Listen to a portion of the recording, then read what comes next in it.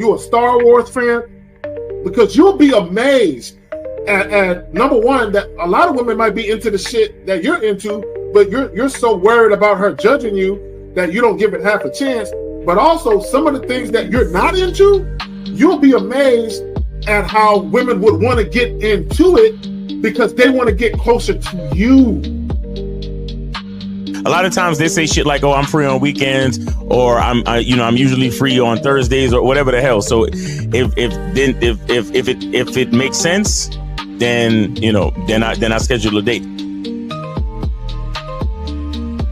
If she really liked you from the get-go, there would be no reward system you would have to look for to do anything for, right? Because it would automatically be there, And I like to do this in conversation sometimes. When you're speaking with somebody and you'll hear a girl say something like, "I'll never do this," or "I don't like this," or "I don't like that." And then you'll notice you'll say, "Nah, I kind of like it. I like it when blah, blah, blah." And she's like, well, yeah, when you say it like that, I like it, and it's just kind of like, yeah, you switched up awfully fast for somebody that just really said they don't like something. And so, there's always been clues out there for fellas to understand, like, yo, if they really like you, they will change their whole political party. They're not giving her real instruction. They're not letting her know what it really is. And most dudes don't do it. Most dudes don't say what it is because they're afraid to hear no, or they're afraid to bring up sex too early and all of this and all of that. But the bottom line is this.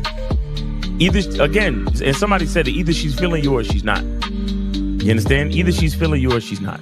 We got to stop all this nonsense, man.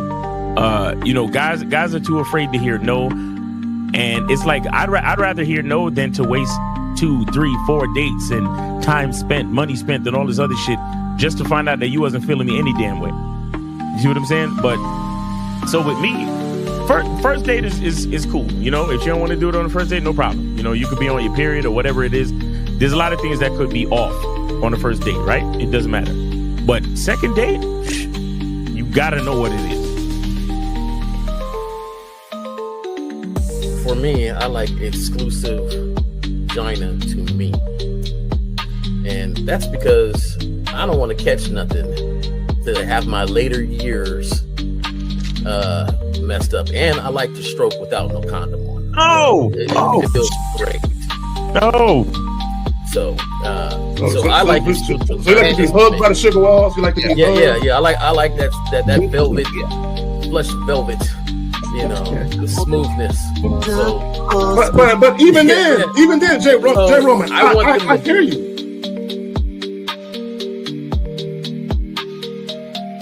He don't get up for nothing. You understand what I'm saying? So, and the reason is because he has to conserve his energy to do 3 full workouts a day up until his competition date. You understand? So when he's in season, he literally just works out as hard as he can. Then he sits on the couch and his wife brings him everything.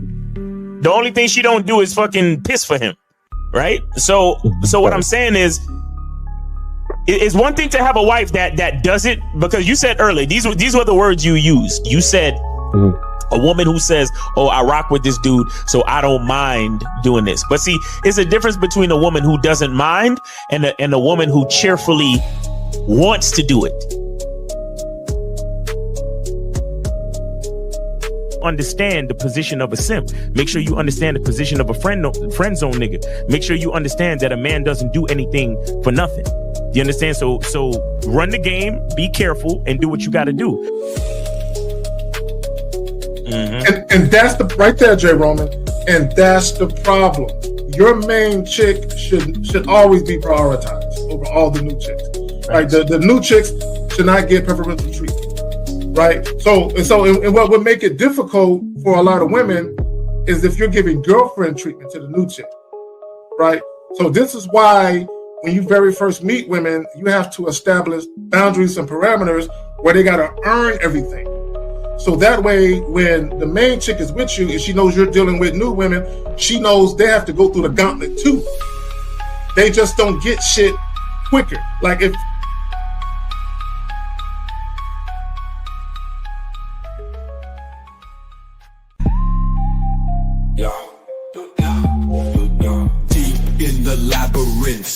beats be the maze. Hosts on the mic, Kerry K set in the blaze. Sagging, Miles Cunham with the game so tight. J. Roman lit the torch, keeping it right. Manhood's the challenge, skill set to master. In a world moving fast, gotta move faster. Trap beat pounding 808, shake the floor. Guided by the host, wisdom like law. Kerry K drops jewels, the crowd enthralled. Words cut deep, no need for brawls. Miles Cunningham, tactics sharp like a dagger. Navigates the game, makes the haters stagger. Journey to manhood, no easy feat. Lessons from the masters, words concrete. J. Roman with the keys, opens the door. Manhood's the path, gotta crave for more. Manhood's the challenge, skill set to master. In a world moving fast, gotta move faster. Trap beat pounding 808, shake the floor. Guided by the host, wisdom like law.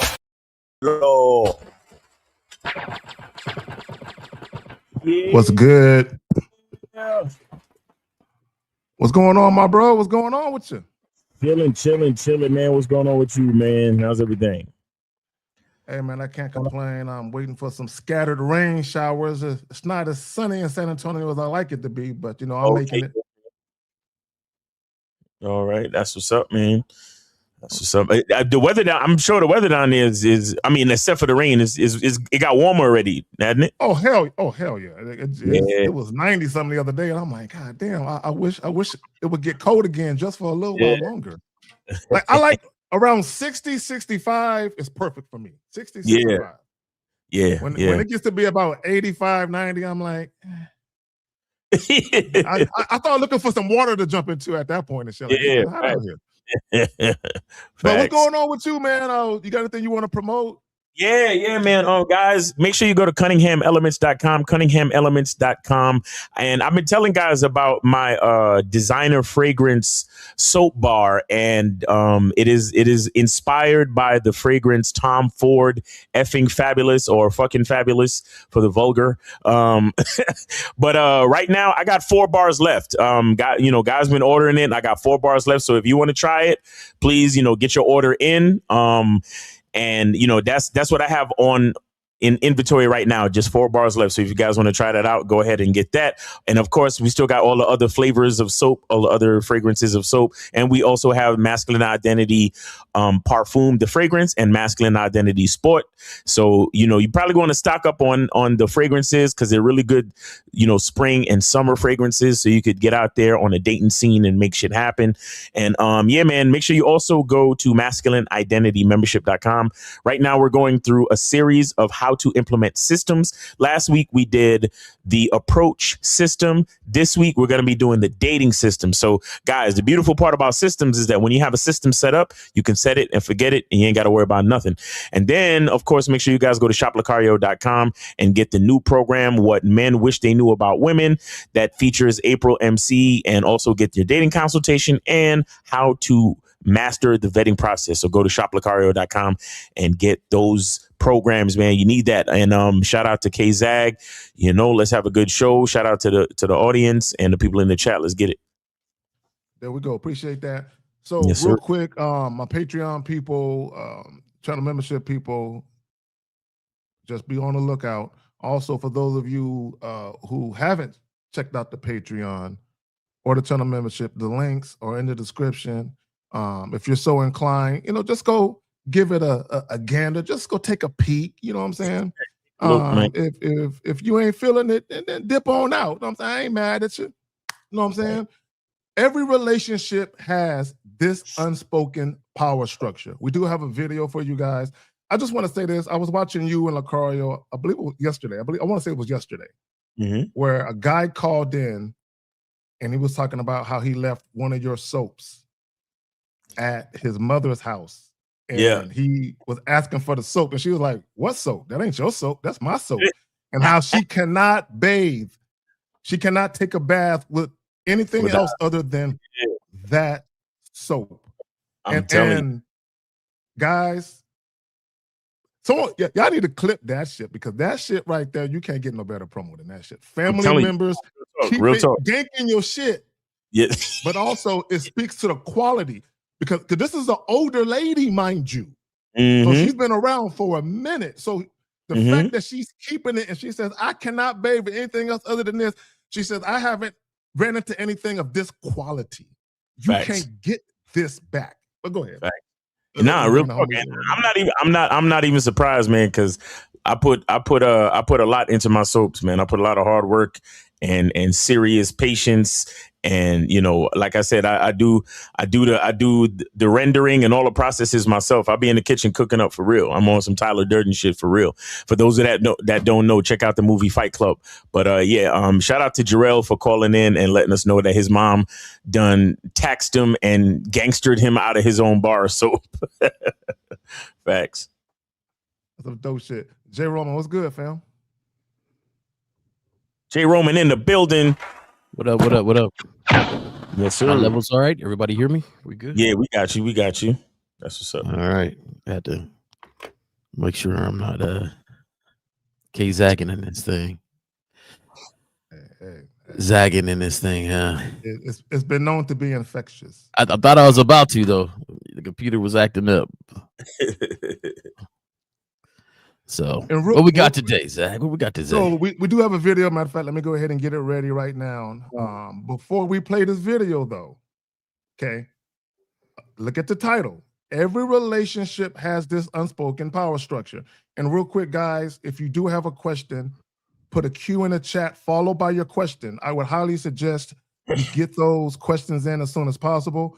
Also, we do have the call-in line open. 1-844. Damn, I gotta wait for this shit to come back around. I gotta remember this shit. I say that shit every fucking show. I say that shit. The call-in line is open. This shit take forever to come back around. 1-844. God damn it. 672-7300. Yep. 1-844-672. I remember that shit. It came to me. All right. So call in $5 for a question, $10 for a story. And let me just throw this up there because before we play this video, I want guys to have this on their conscience. Dating isn't equal, and it never was. Every romantic or sexual, or we can say or sexual interaction between a man and a woman operates on a simple but often unspoken structure. Who is leading and who is following? Always. So let's go ahead and get to this video whenever you're ready, Miles. All right, and so let's play it all the way through, and then stop it in, you know, on the second go round. Bet.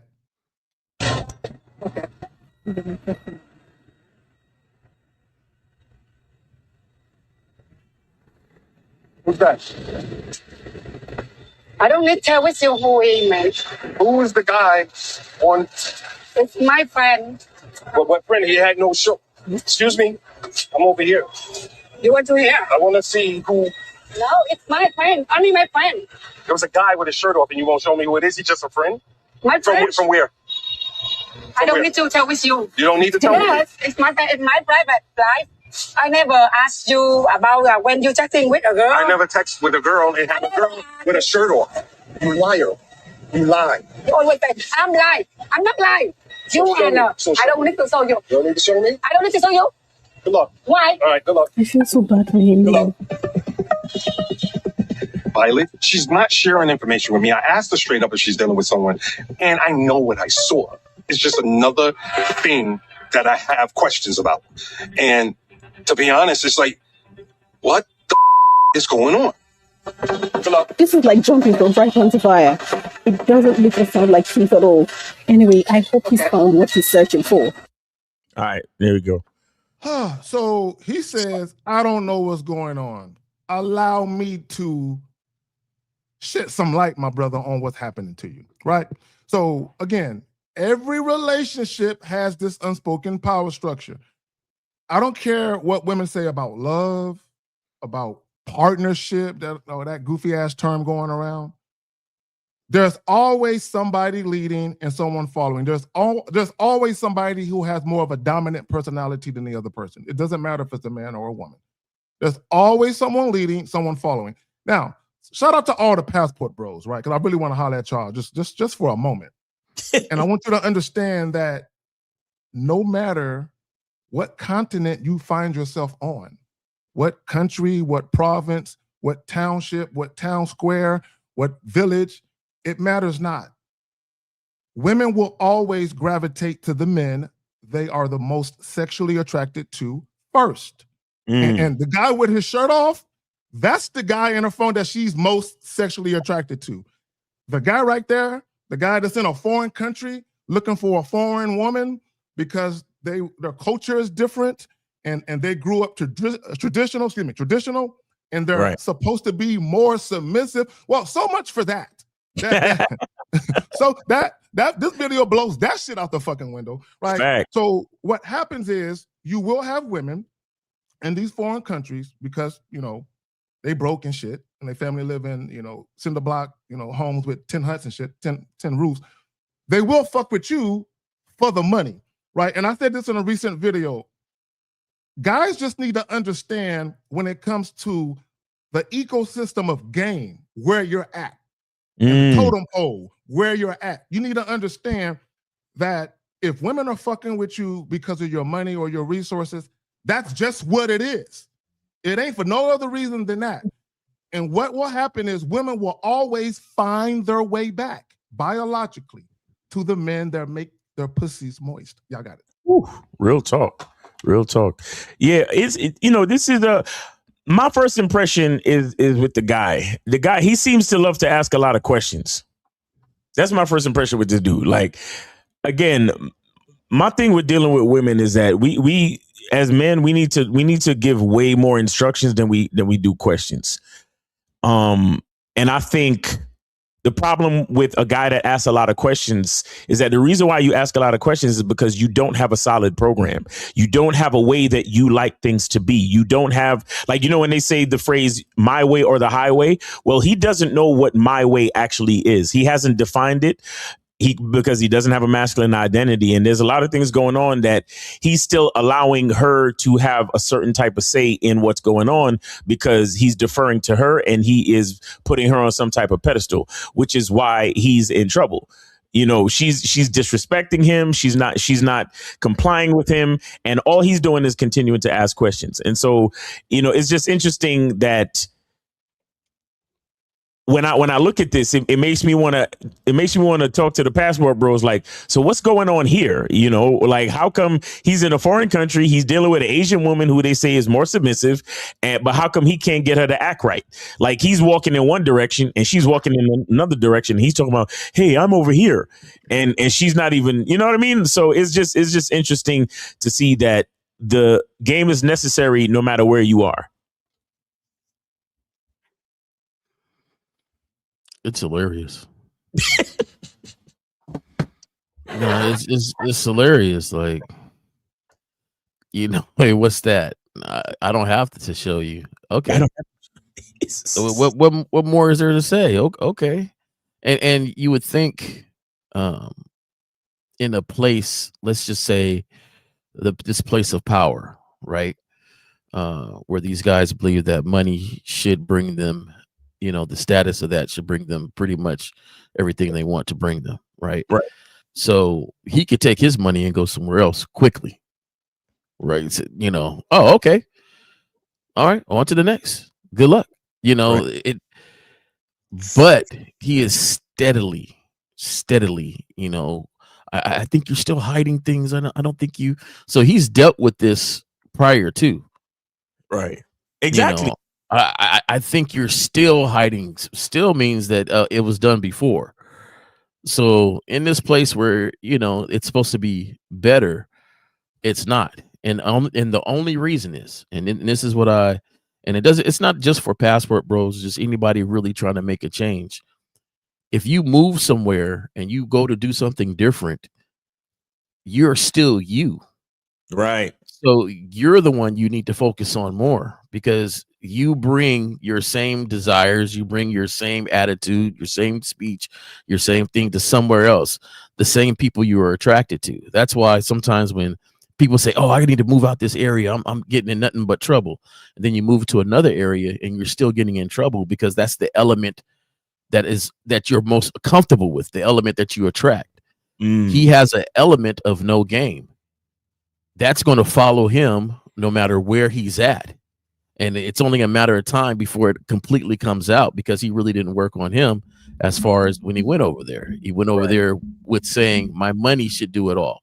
And that's how he felt wherever he was at. I'm quite sure. And in the United States, he was like, hey, I got this money. I got this status. It should do it all. Oh, it doesn't? Well, let me take this money and status over there. And it's still not doing it all. The elements are still the same because the element is you and you got to work on you. Facts. Real talk. What's going on, fellas? Hey, we got Mr. Justin in the building. What's going on, Justin? All right. What's going on, Mr. Justin?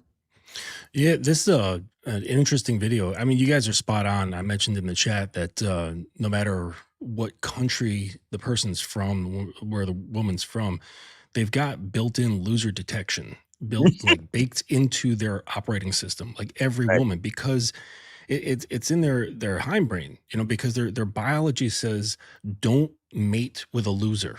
Even if on their conscious level, they're not seeking to get pregnant or anything like that. That thing is still going on in the background, like a background app. And so they're just pre-wired to like not get with losers.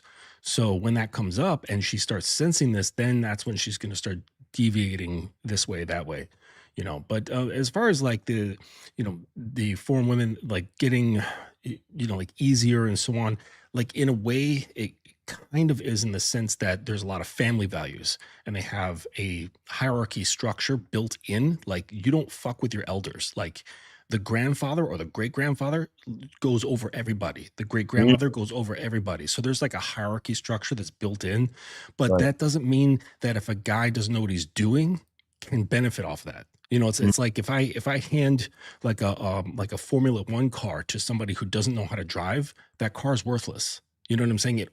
Its value only gets appreciated by the person who knows how to use it properly. So that's how I see like these foreign cultures that have these structures. I want to go ahead and play it again and then stop it at a certain point.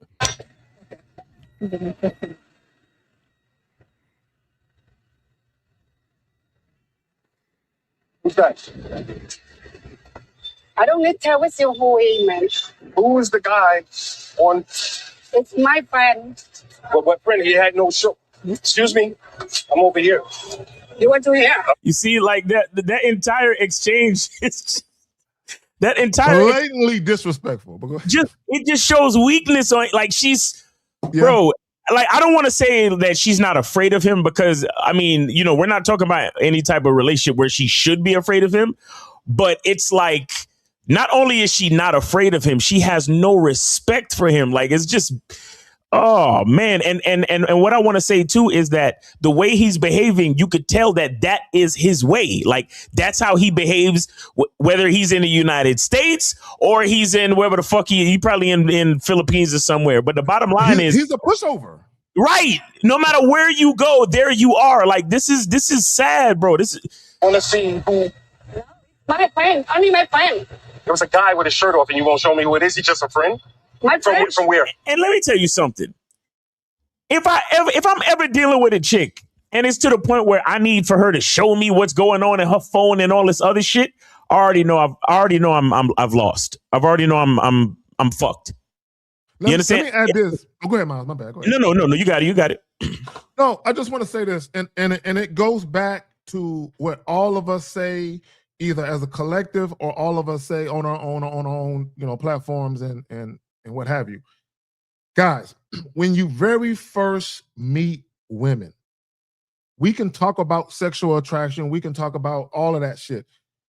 What's going to happen in every encounter is very quickly it's going to be determined whether or not the woman is following you or whether or not she's running the show. Right. And she's going to know. She's going to know based on how you approach her, how you interact with her, how you respond and react to what she's doing and or saying, the fact that you're not assertive, the fact that you're not decisive, the fact that you're not direct and very intentional about what you want. and you basically tell women, look, if you fucking with me, we're doing it this way. Period. There is no negotiation, no voting. We're doing it this way, period. The problem with this is most guys. See, a lot of guys are going to see this and be like, oh, no. The only difference between him and y'all is his shit got caught on camera. That's the only difference. Y'all got it. Real shit. I'm gonna keep playing. I don't need to tell with you. You don't need to tell me. It's my private life. I never asked you about when you chatting with a girl. I never text with a girl and have a girl with a shirt off. You liar. You lie. You always say, I'm lying. I'm not lying. You are not. I don't need to so. See, and that's a mistake too, because you could tell he's putting all his eggs in one basket. Like everything is about this one chick right here. You know what I'm saying? So I've never texted with a woman and her shirt's off. Like, what are you talking about, bro? And then there's the whole tit for tat like energy right there. Like, well, you've done this and I've never done that. And oh man, when you start getting into that, trust me, when you start getting into that type of conversational dynamic with a female, you're done, bro. Also, hold on, we got a call. All right. We got 786. You're on live with the Manhood is a Skill Set Show. Name, age, city, and where did you send it? 786 going once. 786 going twice. 786 out. All right. So Leah, let's get back to the video real quick. Real quick. Let me read this. He said the guy in the video has no masculine identity. Yeah, I agree with that. And the truth definitely is not inside of him. Right. But bitch made is anyway, his manhood has no skill set. He has no dominance, and he has no way. He has no structure and no self-respect. Shout out to Unique. There you go. You include everybody in this shit. Great marketing. Let's finish this shit up. Why? All right, good luck. I feel so bad for him. Good luck. Violet, she's not sharing information with me. I asked her straight up if she's dealing with someone, and I know what I saw. It's just another thing that I have questions about. And to be honest, it's like, you see, another thing that he has questions. Why you got so many questions, bro? 786, you're on live with the Manhood is the Skill Set Show. Name, age, city. Where did you send it? Shoot, I haven't sent it yet. Hold on, right, I sent it a couple of weeks ago. I'll send send it you and call us another back. one. Hey, send it, call us back. Send it and call us back. Yeah, that's how. Yeah, that's it. All right, let's get back to Miles, let me say this about this guy, right? And this is what you guys have to understand. See, he asked her, "Are you seeing anybody?" I don't know why guys think loyalty can be shown with words. A woman is telling you, "No, I'm not fucking nobody," and then you guys can rest your head on your pillow at night with some words. But let me say this: number one, he's in a losing predicament all the way around. One, because he came to her country seeking a woman. Okay, guys, anytime, again, it goes back to power dynamics. Anytime somebody has something that you want and they are in a position to say yes or no to you, depending on how bad you want it, they can call the price. They can call the price for it, right? When we talk about having game and actually having a masculine identity, shout out to Miles, and actually dealing with women strictly on your terms, it's being a man who's actually in position to dictate terms, right? But when you're following a woman, he went to her country to find her. She already know he's a ho. She already know about him and his kind. Right. She waiting for him. All her female relatives, they like, you got some more relatives? Bring some more suckers this way to our country. Please and thank you. You got it, bro. You see, real quick, when he says, this is another thing I have questions about. Look. It's just another thing that I have questions about. And look, guys, I don't know how to fully explain it. It's like this. With me, it's like the more questions I have is the more I know I'm not where I'm supposed to be. You understand? Like the environment that I choose to put myself in. The reason why I choose to put myself in it is because even if I can't necessarily control it, I need to have some understanding of it. And with that understanding, I need to be able to make certain decisions and have a, you know, some type of governance, some type of sovereignty in that situation. So when he says shit like this, like, that's just another thing I have questions about.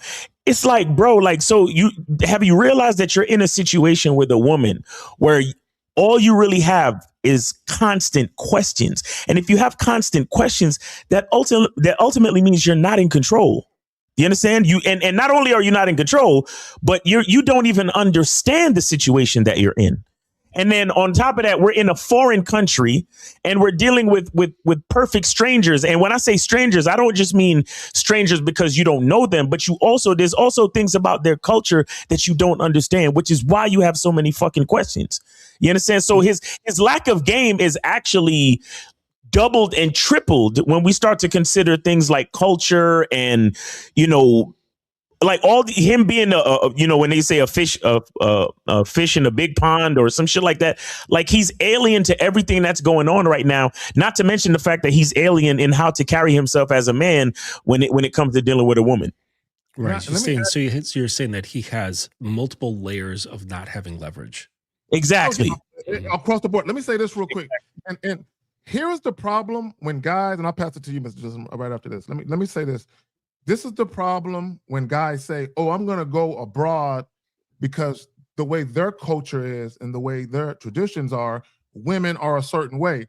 So you're depending on another culture. You're depending on somebody else's structure to govern the woman that you're dealing with. And I want people to understand the significance of that. You're depending on somebody else's structure that's been there for hundreds and thousands of years. You're dependent on that to govern the woman you're dealing with when you yourself, you have no structure. You have no self-governance yourself. So when a woman comes to you, you're not the man that are the men who set the standard in her society. You're weaker than those guys. So, so if she's submitting to something, it would be to her culture and her traditions. You're not that. Y'all got it. Yeah, all that matters is like what that means is that she's just not going to curse you out in the middle of the street.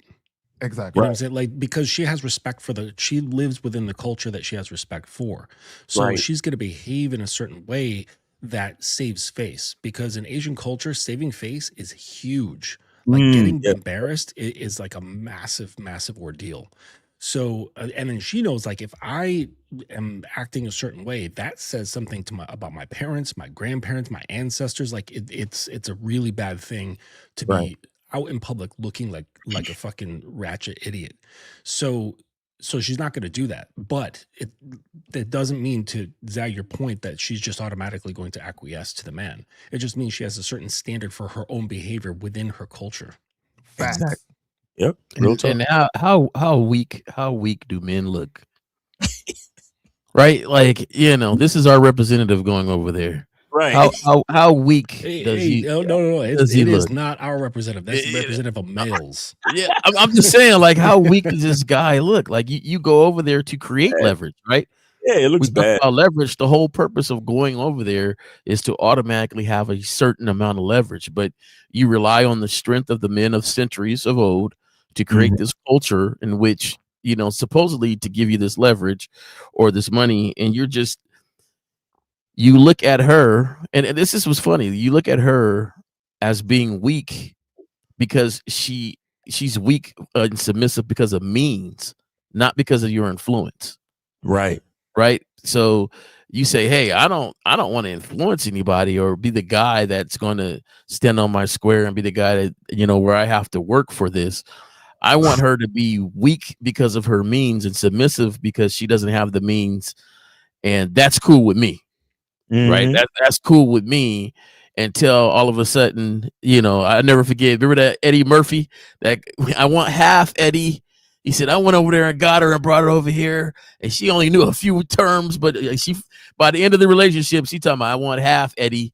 I know that term. And so my thing is, it's like the laziness and the weakness is so prevalent that she can now stand there and say, hey, I don't ask you about nothing. Shut up.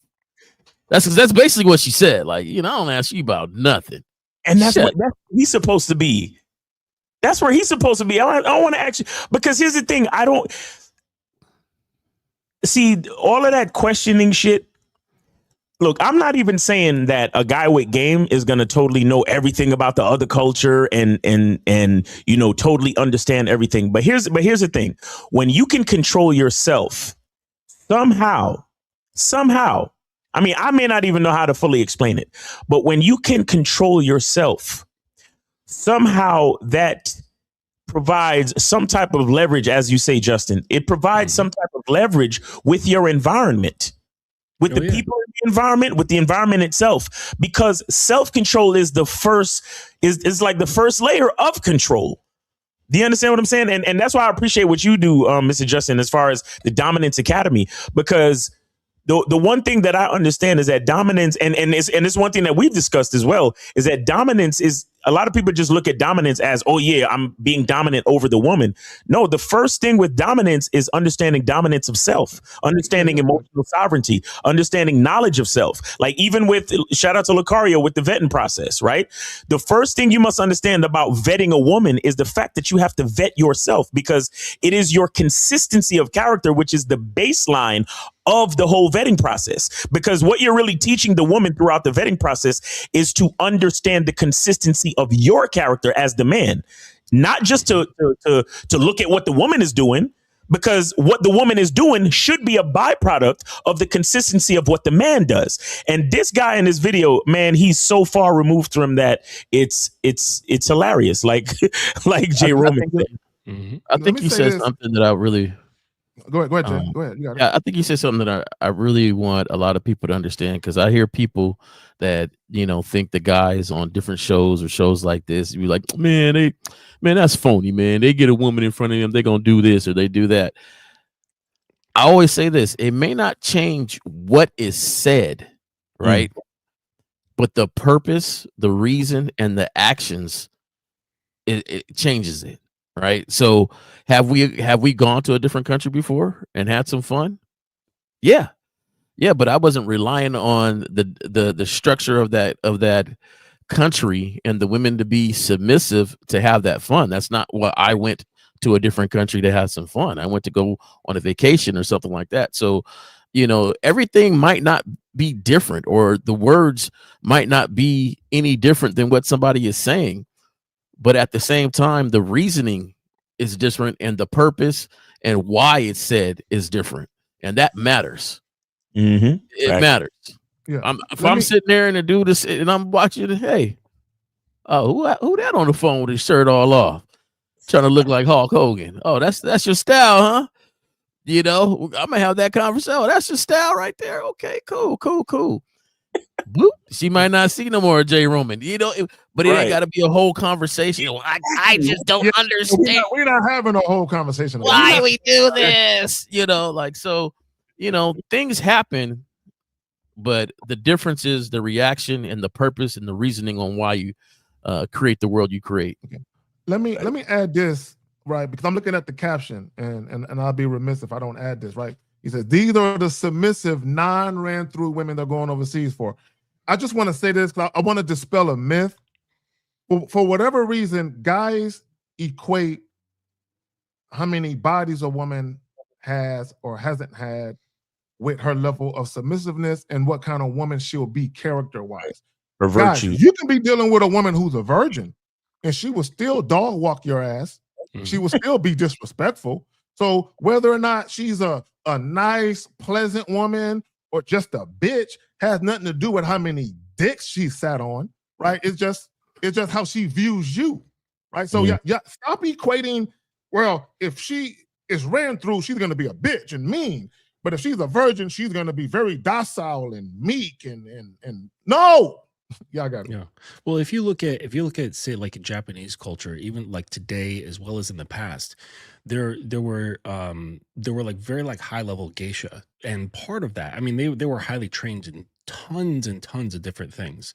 All right, but one of those things is the sexual arts. Okay, there were some women that were so fucking sought after that men from like hundreds of miles away would come see these girls, okay? Because they were just so skilled in like music, dance, sex, massage, healing, like all sorts of different things, okay? But the point is that they were probably with tons of men, okay? But it doesn't change that they were very pleasant, they're very respectful, they were, so the submission and their behavior and their decorum had no relation to how many guys that they were with. Right, because these women were with tons of guys, all right, but they were still respectful and walked upright. They had great manners. So it really, there's no relationship. There's really no relationship between a body count and behavior. It's no, like, what is it, like, correlation does not equal causation. Facts. There you go. There you go. And I would add this. Now, if you're talking, with the exception, in my opinion, would be if a woman experienced something traumatic. You know what I'm saying? Like she was violated. Yeah. Now, in certain instances, when it comes to intimacy, I'll give you an example real quick. There's a young lady that I know, and we did a live stream. It was myself, two of my partners, and three females. And one of the young ladies, she was talking about how she doesn't have sex at this point because she has been, violated. You know what I'm saying? She as not only as a youngin, but also as a female adult, right? So she can still have conversations with men, not a problem. But when it comes to anything intimate or romantic, she ain't having it, right? So my point is, the guys that she talked to wouldn't know that about her unless she said something about that, right? So, and that's because she experienced shit traumatic shit sexually. I just want to say this because guys think women who have, a large body count, that is traumatic. No, if women are having consensual, enjoyable sex where they are having many, many orgasms, there's nothing traumatic about it. Facts. All right. We got 786. You are on live with the Manhood is a Skill Set show. Name, age, city. Where did you send it? Ozzy, Miami, geriatrics, to Miles Cunningham, 20. All right. Hey, Miles, just let it hold for a minute. I want to touch on something that Zag was saying. Okay, caller, hold on 1 second. And I'm gonna just make this quick, man. You mentioned how a lot of ladies and certain traumas and stuff. You'd be surprised the number of women that have gone through certain traumas and actually were able to work themselves back to be comfortable, to be sexual or anything. So I know. Yeah, I was in a position to see this count went out. There was a certain case in the courtroom, and the count went out, and the judge said, hey, how many ladies or has a problem with this for whatever reason, just please stay around. And the amount of women and the recall of their accounts was ridiculous. Just the amount was just ridiculous, and the things they went through. So you'd be surprised what some ladies have gone through. And you're right. If you don't talk or they don't express that, you don't know what happened in their past. So just another thing. It's a real thing, and I don't think a lot of guys really understand how many. Some of them, their wives ain't even told them. Their wives probably ain't even told them stuff they went through right now. J Roman, it's more than we probably understand. Yeah, it's high. It's high. A lot of weak dudes out there. Just weak, man. Come on. Anyway, go ahead, Carl. Well, see, you should see two of them actually, or maybe two. Maybe two. Yeah, I don't know. I'm not that big on Cash App. I rarely send money anyway. So I definitely look at the receipt and said to send you one February 21st. Today's the date. So you're saying you said something from February 21st? Yeah. What's today's date? Today is March 7th. Oh shit! That was. Let me get back to you. Let me call. I thought I said it. I was like, I thought today was March 21st. I send it back to you again. I send that 20. It's no big deal. Okay, call back. Send it and then call back. If you know, go ahead. Yeah, let me get it right. Let me get it right. Get it right. Yeah. Okay. All right. Hey, it is what it is. 611. I saw that you called 611. You could go ahead and call back. Let me finish up the rest of this this part of the video, and then. To be honest, it's like, what is going on? You see, as a man, you don't want to be asking that question in your life. What the fuck is going on? Like, you don't want to be a grown man asking that question. Yo, what the fuck? Let's get it.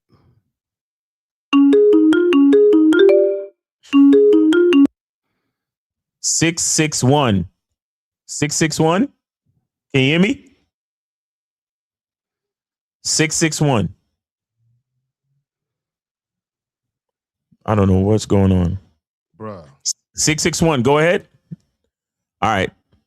Try to call back, I guess. I don't know. They keep calling and hanging up. I don't know if it's their connection or what. But let me see. Let me finish this. Like jumping from bright onto fire. It doesn't look or sound like Keith at all.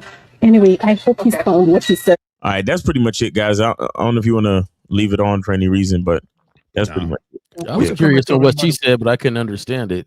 Yeah, it looked like the lady on the top, she was trying to give commentary, but it was. She said she felt bad for the guy. Yeah. I don't. She knows. Well, she just knew, and girls don't like to hurt people's feelings and shit. So she knew what was happening, and she's like, "Oh, this dude, like he doesn't have any clue. I just feel bad for the guy." Yeah. She didn't give up that phone, no. No. I feel bad for him. With you, I don't have to tell with you. I don't have to tell you nothing. Mm-hmm. See, I'll tell you this. I put such a disturbing voice on anything that is said to me in any manner and way that it makes me react the proper way that I should react. Right? And I don't care how slight it is, the disagreement, in my head, you just cursed me out and I got to go. Like I can't even, you could have been like, nah, I ain't really doing that. In my head, you said, you sucker. I ain't doing nothing you say. And so, oh no, I can't have that. I can't have that. I think guys go the opposite way. He went the opposite way. I just don't understand why she's doing this to me. I just, what's going on right now? Miles, you mentioned something really important about the self-control. And I recently heard a woman say that self-control is incredibly attractive. And the funny thing is that if you practice proper self-control, and even if the guy is thinking, oh, if I do this, then I will get attention from girls. If you do it properly, then it diffuses that whole motivation, right? Because even if you're motivated to get attention from girls through self-control, then you're still not doing it right. So if you do it properly, it diffuses the whole fucking thing. And then once you are in a position of self-control, they basically have no leverage over you. Like if you're emotionally self-controlled, if you're physically self-controlled, psychologically self-controlled, and sexually self-controlled, there's nothing that a woman has over you. Like all their cards, their emotion card, useless. Their sex card, useless. Their looks card, or any type of manipulation at all. Their verbal card, useless. All their Pokemon cards are useless. There's nothing that the woman can do. And then she can realize this, like it becomes apparent through your behavior and through your communication that just she has no leverage. And then it can become just neutral. Or if she has like high desire for you, then basically all the leverage is on your hands. And you're not going to fall into any of that. So like, for example, like if she's got like very high sexual interest in you, but you're self-controlled in terms of your sexual nature, then basically it just always happens along your terms, to your pace and all that shit. It's not like, oh my gosh, I'm so fucking horny, I gotta fuck. Like that's not being self-controlled, right? It's the pacing is controlled. So this then can just drive her insane, like in a very good way, because she's like, that increases her desire. You know, there's an old saying, like, the best way to make a hedge grow is by trimming it.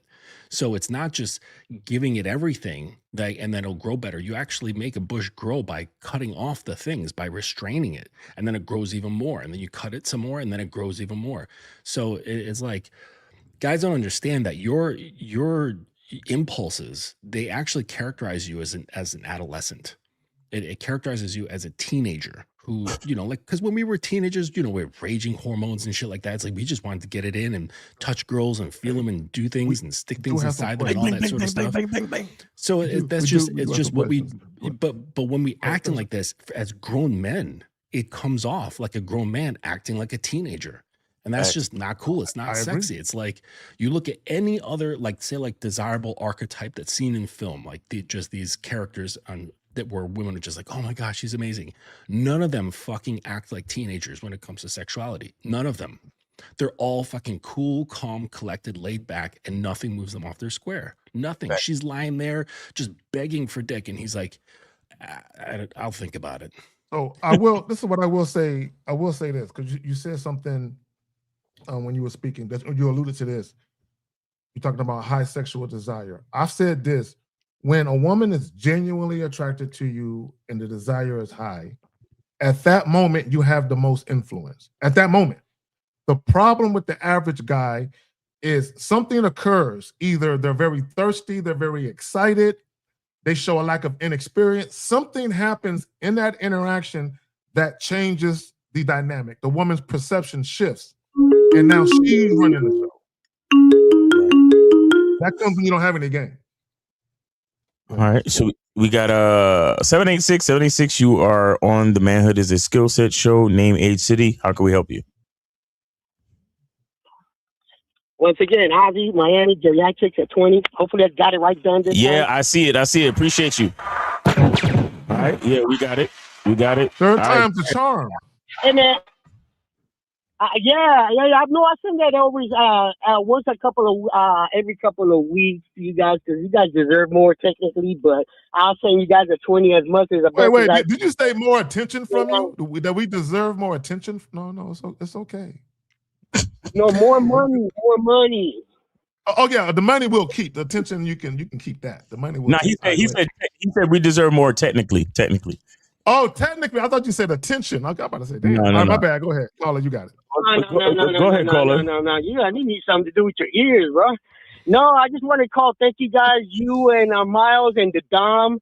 I had a Passport Bro story that I go out a lot from 3 years ago in the Philippines from Miles and the Don. Thank you guys. You helped me out in Cebu. It was awesome. And the second lady was even better. And everything you guys say about overseas is true. You got to be experienced first. I suggest you learn how to make it here in the States. Listen to you guys. But first, you got to be a success in the States before you go out of the States. Because if not, you're going to be in big trouble. So that's what I call. I got to hit the gym, and I'm going to continue listening to you guys.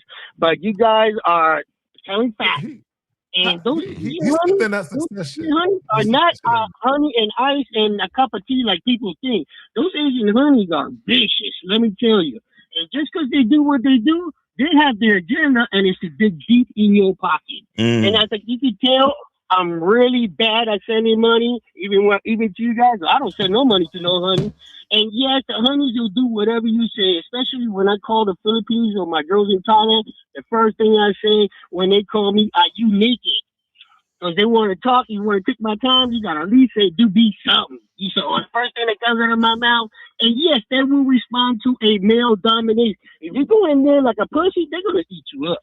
Let me tell you, you got to go in there with masculinity and know what you're doing with their honeys and know what their agenda is. Once you know their agenda, which is the same what you guys say, then you could overpass that and enjoy yourself. But if you don't, you're going to be in big trouble with empty pockets overseas. And what you guys said is pretty much true.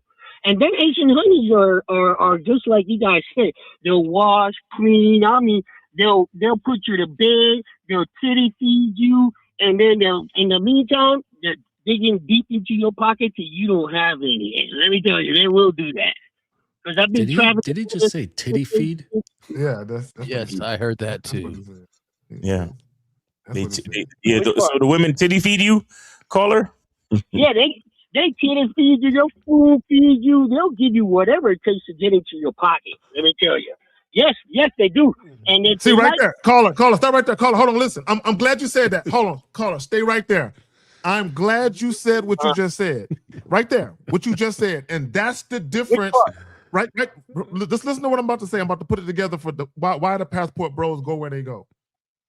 Well, basically, what he's saying is, when you spend your money or they get money out of you, you're gonna get all of that nice, cool shit. What the American men or the men in the West are saying is, when they spend money, they're not guaranteed to get treated like that. So they're just going over there to get a bang for their buck. So on one hand, they are admitting that their money goes a longer way in those foreign countries, while at the same time not adhering to the fact that those women are just using them for that money. Caller, continue. But what I'm saying is, you need to learn the game from you guys here in the States. Because when I learned, I've been listening to Miles and Lacaro since 2011. I listened to the first one. You an OG listener. You've been around for a minute. 2011. I've been listening to which one he passed away. I forgot his name. Well back, the first one. And I've been listening to a lot of you guys since 2011. But let me tell you, it is true. You got to learn your game here, because when you go overseas, you got to know what you're doing. Because now I just sit in Bangkok or in Cebu condo. I order honeys on the internet, and sometimes I have honeys coming to the condo for free. And I don't even have to pay them. They just come. It's not just you have to pay them all the time or whatever, whatnot. Now I don't. Sometimes I do. Sometimes I don't. I just sit there in the condo and I just want to be lazy and order honeys, and they'll come. And that's how easy to do it in the game. I mean, and I get tired of it after 2 weeks. I mean, there's so much before I got to go outside and go do other stuff. And that's not my main trip over there. Mostly I go for MMA and, the good fights they have over there. But yeah, you have to learn. Okay, bro. Hold on, real quick. Real quick. I want you to understand there's a difference between a player and a payer. We cannot confuse the two. I just want to. There's got to be a clear distinction. We got to understand that there's two different ends of the spectrum. Yeah, I understand. Because I already learned my lesson down in Puerto Rico, Cuban, and Caribbean. I done through all those. I started in the Army back in the day, prehistoric days. They taught me that. And the Caribbean and South America, Medellin, that's all played out. I prefer Asia myself. It's a lot further, but I will hit Cuba, and I will hit Costa Rica, and Panama is not too bad. Don't go in the summertime. The humidity is brutal, but they're really nice down there. Does he have a point? Thanks to Don. Does he have a question, Miles? He just kind of. Nah, he's rambling. All right, man. We appreciate you, brother. Take it easy. All right. Appreciate you. He was just rambling. Appreciate the call. I think it sounded pretty clear to me that he likes to be lazy and sit in his room and pay for a girl to come to his room. Yeah. And if you're in Thailand, that's absolutely very, very easy. Like when I was over in Vietnam and I was just kind of like outside walking around. It was late at night and this lady rolls up to me on a scooter. This older woman holds out her phone. She goes, "Pick one. You pick girl. Send to your hotel." And I'm like, "Wow, come on, bro. I'm just getting some fresh air." That's crazy. 213, you're on the Manhood is a Skill Set show. Name, age, city. Where did you send it? Hey, what's good, everybody? This is Jay Mars. I sent it to Miles. Sent it to Miles. Hold on. Okay, yeah, we got you. Go ahead. Okay. I just wanted to tap in when real quick, caller. Hold on, real quick. Shout out to Duca Lux for the Norwegian Chrome 100. All right, go ahead, caller. All right. Okay. Yeah, I went to about emotional control, self-control as a man. I just had a situation where I didn't control the pace, and then that shit led me to getting out of emotional control, which I never do at the end. And then she just ended up saying she needed space, and I knew I fucked up from not controlling the pace, but I thought I could just do what I could do, and that just asked me to have a question is like, when you lose emotional control, does that show that you have a lot of bits in you? That you have a lot of what in you? A lot of bits in you. Yeah, pretty much. How often do you lose self-control like that? that was a one up. Like I always like talk to the girl that I was with, and I was always cool. And that was just one time I just like, I'm not gonna lie. So she likes she likes being dominated while grabbing her neck. I never was like that. I just did it because I knew she would fuck with it. So this time, I'm kind of like talking to her, and I'm saying like, hey, like this is how we need to communicate. And she dissociates because I know her past and her trauma, and so I'm over here getting too emotionally out of control and trying to see if she understands me. So I went up to her, and while she was sitting down, I tried to look at her eye to eye with passion and pull her in and say like, baby, listen to me. And it immediately triggered her trauma in the moment by me grabbing her neck. And that was so stupid to me. And then her trauma went in. I tried to comfort her, and I knew that shit was over. I was like, fuck, I should have just. Is this a counseling patient? What happened? Is this a patient of yours? No, that was a girl that I dated. Oh, right. And, and this girl that you said that during a conversation where there was emotion, not sexually, but you said during a conversation you grabbed her neck and said, "Come here." Yeah, because like sometimes I would do that, like where I do it in a sexual way, but I knew that at this point I grabbed it. It's different. Sir, I'm telling you right now, that's not domination. Domination should be done. You should not have to move, raise your voice, or do anything. It should be just with clear, calm communication and eye contact. Quiet. If you can't do it with your clothes on, without raising your voice, if you can't do it with just a look in your eyes, you're doing it wrong. So let me get this straight.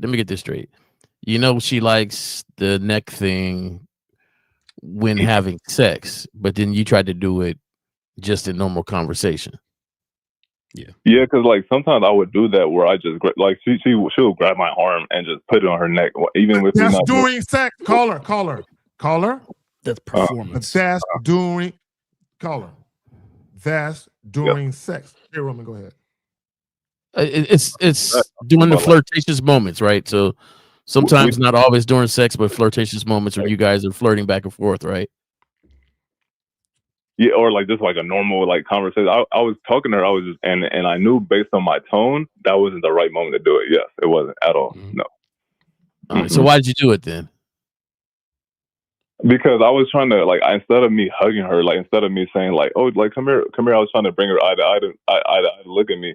I grabbed her neck, which was stupid as fuck, and I did it a little too passionate with aggression. And I knew I was like, and I said sorry. I knew I fucked up, and it's just I knew that was out of emotional control right there. Yeah, you were trying to control the situation with force rather than domination. Yeah, let me say this. So, caller, let me say this real quick. See, and it could have been a subconscious thing on your part where you correlated the dominance in a bedroom with I'm gonna dominate her now because she's not listening, and I need her to listen. And what you don't understand is that there are certain things that happen to women that are traumatic, where part of it they can suppress, where they can still enjoy sex, where part of that thing is there, but they can compartmentalize the other shit and put it away, and just in the moment of sex, like that thing, right? Because they're in the moment, they're present in that moment. When you went outside of the bedroom and grabbed her neck, completely different mind set, mentality, everything. Now you brought her back to when she was violated or accosted. Yeah, and she ain't gonna let that shit go. It's over for you, bro. I got it. I think so. That's why I was so hurt because I was like, bro, like what the fuck are you doing? Like you're not supposed to be doing that was so dumb to me. And that's why I wanted to come here and talk to y'all because I was stupid as fuck. But you're not the only one that be trying to do dominant stuff without really understanding it completely. Because it's you're not grabbing her neck because you want to grab her neck. You grab her neck because she wants you and allows you to grab her neck. And there's a difference between you just snatch. Like women have. I know a lot of times during these shows, guys, they leave with the essence, with this one opinion of women. And this show ain't that a show that does that opinion, like, oh, stupid, get out of here. Like, women are smart. They know what they want. Yeah. We're just not going to cow down to not being men in the presence of women. We still have to be us. But at the same time, they choose to be with who they be with and understand. You just say, hey, if you're going to be with me, this is what I like. Like you're choking her even during sex, and you don't even like it. Yeah, that's crazy. I can tell you don't even like to do it. So why are you doing that? Did it like barely. Yeah. But J Mars, here's what I need to understand.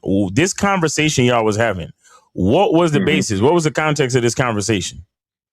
So it was about communication because the night before I tried to communicate her, I told her you can go out with your homegirl. It's just right now, Friday, Saturday, and Sundays when these are our days. I know she's going through something. Just let her know. Stop. Hold on, stop. Real quick. You said Friday, Saturday, and Sunday. You're taking all her weekends up, bro? Every Friday and Saturday and Sunday? You're taking all of them? No, damn. You're a selfish motherfucker, bro. I was just saying because I was just saying that because like on the weekday, like I was like, hey, you do your thing, but like if we see each other, like that would be the only time that I could see you. And that's what I mean. Like it's like if that's your schedule, that's the only time you can see her, then that's fine.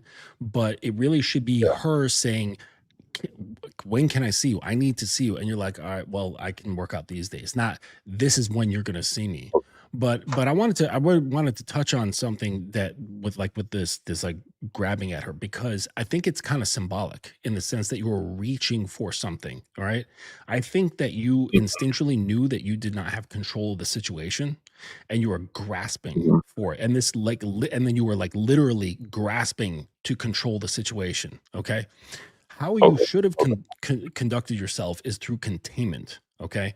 So you could tell that she was not in an emotional space that was calm, relaxed, and feeling safe.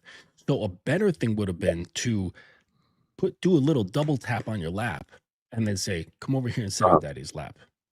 Right. And you don't even have to say daddy, but you could just say like, come on over here and sit on my lap.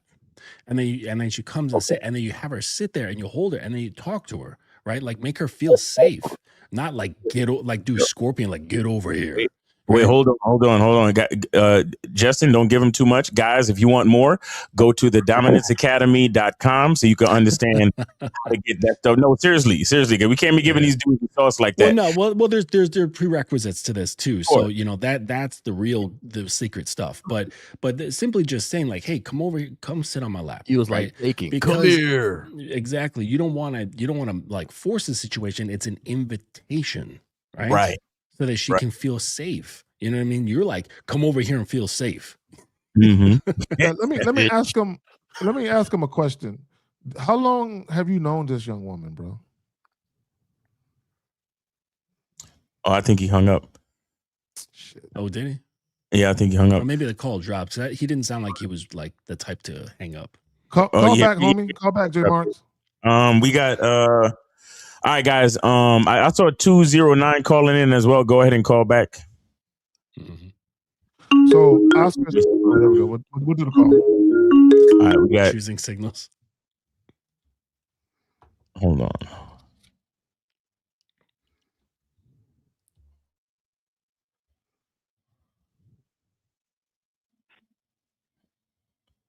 All right, let me see. 213, can you hear me? 213, can you hear me? Okay, hear nothing on his end. All right, go 213 J Mars, go ahead and call back. J Mars, go ahead and call back. This Nexiva shit is sticky. So while you fucking with that, we gonna pause. He didn't even want Oscar, you gotta get punched in the chest in 3, 2, 1. Giving me chills and should I make a move? Okay, guys. No, don't make a move because you don't know the fuck you're doing. Yeah, all right, 213, can you hear us? Hello. Yeah, 213. Okay. Turn off the show in the background. Yeah, 213. Turn off the show in the background. Turn off the show in the background. I can't. Okay, I'm gonna just have to go off the video. Y'all turn off this show in the background. If you can't hear us on the phone, then it doesn't matter. That's the thing right now is weird. Okay. I don't think he could hear you. Yeah, I don't think he can hear us either. No, I gotta restart the phone lines then because this shit is acting real weird. Call back in a couple minutes. Oh, hold on. Let me put. You know what bugged me about the last caller, Justin, was the fact that he didn't want to choke her. Did he say that? That he's not even into it?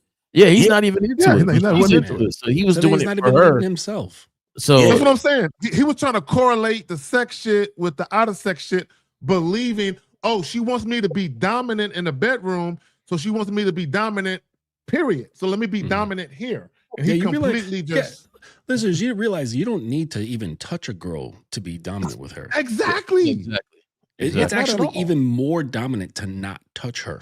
Yeah. Like or to raise your voice. Do you think a king is touching anybody? You know what I'm saying?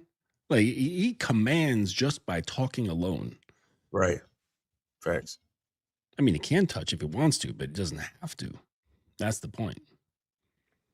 But yeah, that's crazy. If he's not into it, he's like not into it. Like I was with this girl once, and she was like really into getting hit. Like some girls, like a lot of girls actually, they're into getting hit. But this girl was like extra. And I was on top of her, and I smacked her, and she looks me dead in the eye. She goes, harder. And like and the time before that, like when I did hit her, it was enough to like rock her head sideways. And I was like, nah, that's going beyond my preferences. It's not happening. Yeah. All right, let me see. We got 661. Can you hear me? 661. Hello. Yes, sir. Yes, sir. Yeah, I'm back. I don't know what the fuck would happen, but I'm back. Okay. All right. Go ahead.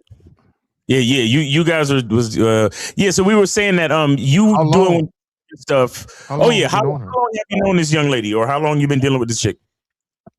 Remember, yesterday I talked about the vetting process. It was only 7 months, and that's way too soon. Yeah, so 7 months came. Okay, all right, go ahead, Miles. Yeah, and then, hey, Zach, I gotta be real. I want to be real. I don't want to be lying. I want y'all to tell the truth to me. I was already getting a job near where she was at, and I was gonna stay there. Oh, that's you. You're that guy. You're relocating for the woman. Look, real quick, caller. I got a couple of homies that did that, and every time they did that, it ended fucked up. Guys, do not relocate ever to be close to a woman ever in your life. Do that shit ever in your because inherently, this is what women know. See, on the surface, they're like, "Oh man, he's moving for you, girl. Oh, look at the investment." On the surface, it sounds cool, but inherently, she knows she should be relocating for you because her life is with you, not the other way around. You giving up your life and moving where she's moving at, basically, you're like, I'm leaving my friends behind, and your friends are going to be my friends now. And what you do over here for fun, I'm going to incorporate myself into your shit. No, absolutely not. And it really says I got nothing going on. Facts. That you can get up and just go like, hey, I ain't got nothing going on. It's probably better where you're at. Like that just as a man, I got nothing going on here. I got no plans here. I didn't have a 5-year plan. I didn't have a 10-year plan. If your 10-year plan involved moving somewhere for your job, that's something different. But if you're relocating for her, are you trying to smother and chase her down so nobody else can get her? Yeah, because guys really move so they can be in the presence to make sure that person doesn't really talk to anybody else, right? Because in long distance, hey, they're way over there, I'm over here, I don't know what she's doing. Let me move there so I can be around her. And that way I can say, hey, if I'm in the building Friday, Saturday, and Sunday, and you better be around when I'm there those days. Right? Hey, I could be real.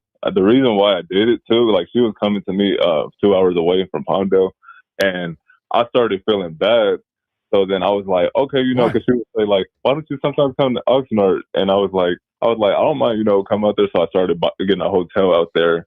And then I said, oh yeah, you know what? I could transfer my sales job to one over here. Like I know some dudes over here. And I started changing fucking whole program up for this. Why did you like it? Wait. Is this one of the hottest girls you've ever been with? No, I'm being real. Like, honestly, like I said, I was literally being thirsty because I never had a woman come 2 hours away. I thought it was a big deal. Like, oh, she came 2 hours away, so I made it a big deal. And then I'm like, no. Listen. Even if it's not the case, okay, you gotta like trick your brain into thinking. I've done this 10,000 times before. This is the 100th woman that has traveled 2 hours to see me. Like, you got to kind of like trick your own brain because your mind already has had a lot of like preconditioning to be a certain way, which, some guys will call simpish, they'll call blue pill, whatever the fuck you want to call it. Okay. It's to like cater towards being nice to girls and fulfilling their needs, desires, and dreams and all that shit. So you have to kind of like overshoot to kind of deprogram some of that stuff. I mean, there's a lot of other techniques too, but like you got to do something against your own mind because you're conditioned to want to do that from like the foundational position. So you just kind of trick your brain and be like, hey, this is just normal for me. Because the default is for you to feel bad. Your default is to cater. Your default is to make her feel better about the situation. Like it's putting her out. You know what I mean? You got to switch it around in your head. It's like, no, I'm not putting her out. I'm giving her a great opportunity. Right. Yeah, and I don't think guys really understand to be a better man for her is really being a better man for you. Right. Your manhood, you working on your manhood is being a better man for her. So you standing on your square is being a better man for her. And it's not always trying to comfort her in these ways. Let me move to be closer to you. Let me do this. Now, did you tell her you never had a woman come 2 hours away to come visit you? Did you tell her that? No, I told her that the last woman that I had came 4 hours away on the train from San Diego, but we just didn't fuck because I found out that she wasn't cute like that. And so you told her all of this? I think guys just love shooting themselves in the foot. Yeah, Why? Stop sharing shit. See, this is why I was asking before about the conversation.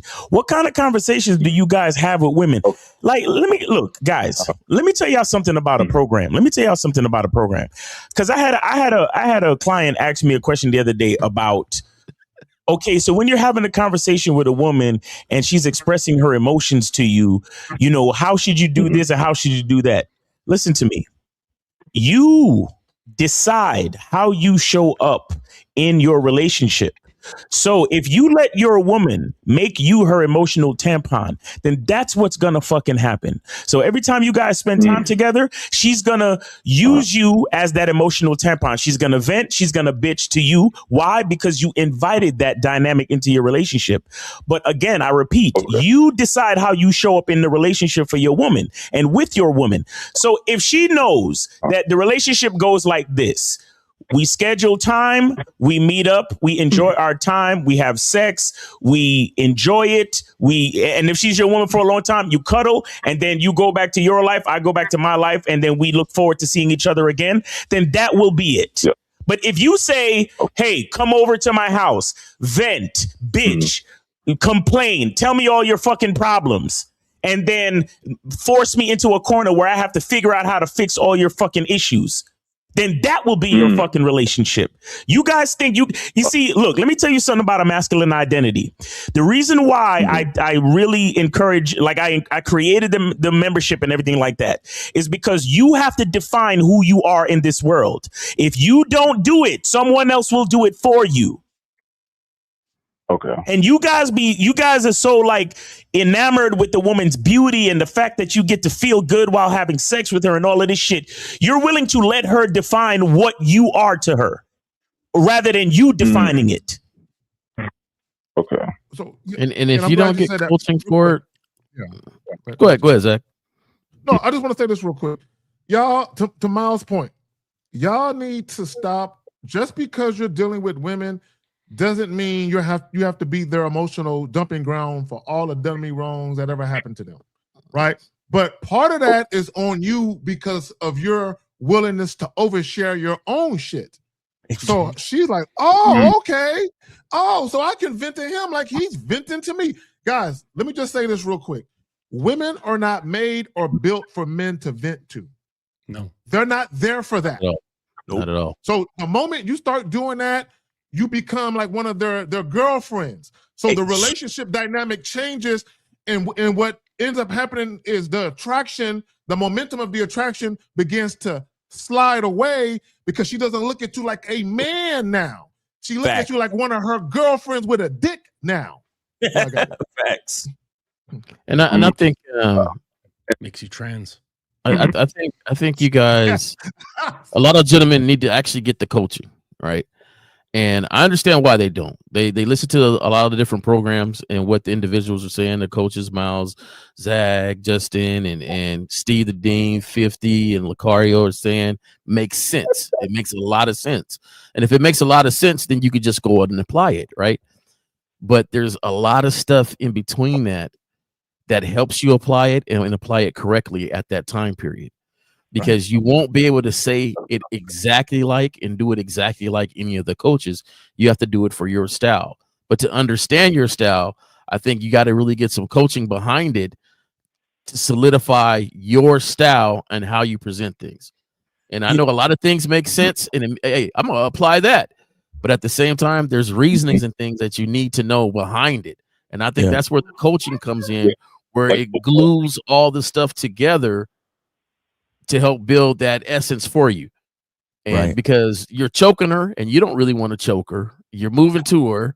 Do you really want to, like, you're doing a lot of things for her, and now you're sitting down, you're trying to comfort and console and do all these things like that. And it's just like, yo, you built up yourself to basically be, somebody she runs to feel comfort and console. And she, wants to get away from, because you're over here saying don't go nowhere within these 3 days I'm here.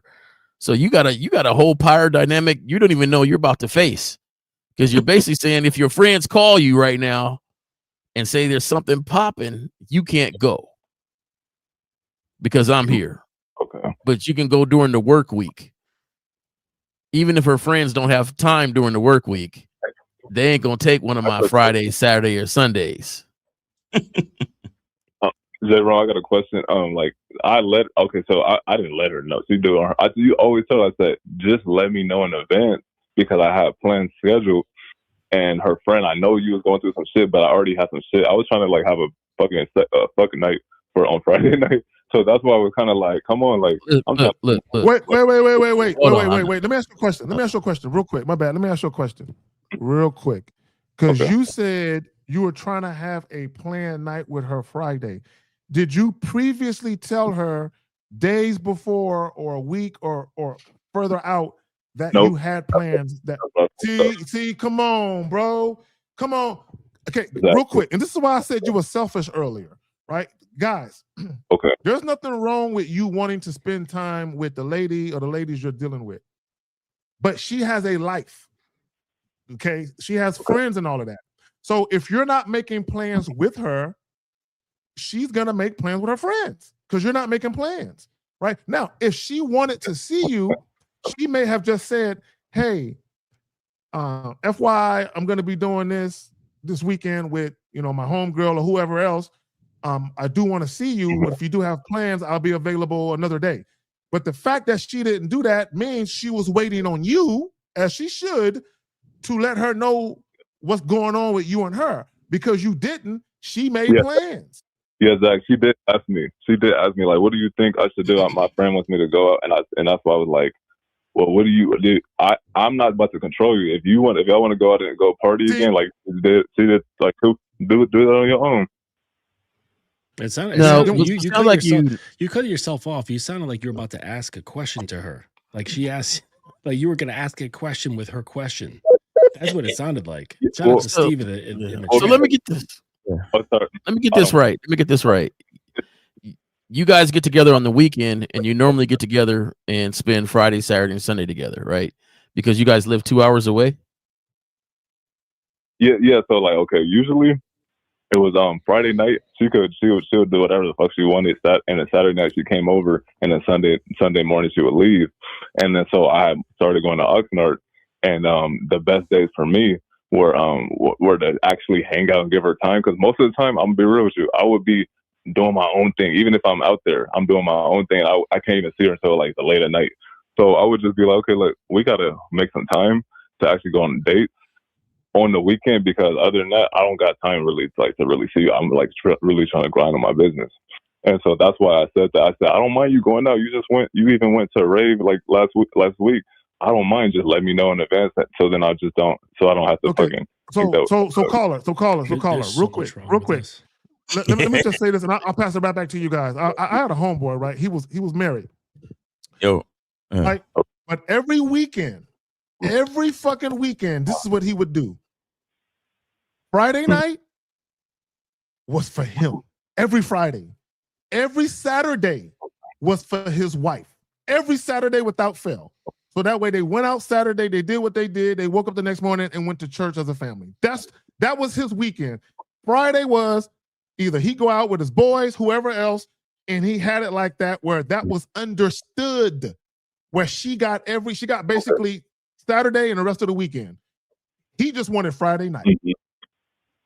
You have to set it up where there is consistency, where the woman understands exactly.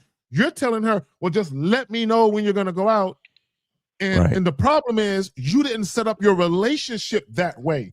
You're months in trying to redirect how shit is being done. Women can't operate like that. Okay, you have to set that up from the very beginning and be consistent with it. Y'all got it. All right, so we got. We J Mars. J Mars, we've been on here for 15 minutes. And you called in before, so that's almost like a consultation, bro. So I'm gonna let you go and let some other people call in. All right. All right. Thank you. All right. Appreciate you, brother. All Just right. real quick, J Mars, he needs a lot. Yeah. There's so much prerequisite foundational stuff that he is missing that would have circumvented or prevented any of this stuff from arising in the first place. Right. If you're still listening, just get coaching with one of us. You're just so far behind the mark, you don't even realize. Like all of this stuff would be no problem. Like you guys, listeners, you don't understand. Like men, capital M, not males. We don't have problems with women. It just doesn't show up. It doesn't. And if just the tiniest little blip comes up, if it's not able to be corrected immediately, it's just dismissed. It's that fucking easy. Like we don't experience discord with women. We don't experience problems with women. It just does not show up. And so you like just get coaching, man. He's not being honest with himself either. You need a couple of months of that shit too. Hold on 1 second. 209. Go ahead and call back. 209. Go ahead and call back because he was calling behind the scenes. All right, go ahead. And he's not being honest with himself either, because he's really trying to control her going out by switching the date. See, I caught it when he said I normally go out on Friday and do my own thing, and then it's Saturday. But now it's Friday. He's complaining about that she's going out. Exactly. And she's like, well, I'm trying to go. So you're trying to be controlling and manipulative. What's going on anyway? Right. So like, your indirection has your relationship indirections. So like, instead of being upfront saying, this is what I want, this is how it's going to go down, blah, blah, blah.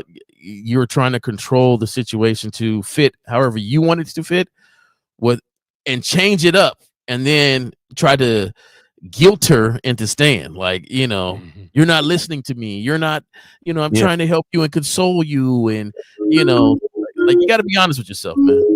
All right. We got 209. You are on Live with the Manhood. Is a skill set show. Name, age, city, and where did you send it? My name's Joseph. I live in San Francisco. Okay. And then I donated to Mr. Carey. Mr. Carey's PayPal. Okay. All right. All right. So go ahead, man. What's on your mind? All right. So my question that I have for all you gentlemen is, how can I properly escalate the conversation when I'm interacting with a woman beyond just like a platonic level? Because for some reason, I'm having a lot of trouble doing that, and I'd like some guidance on that. Is this a salsa dancing guy? What is escalation? Is that you talk about the thing in the mall that takes you from one level to another?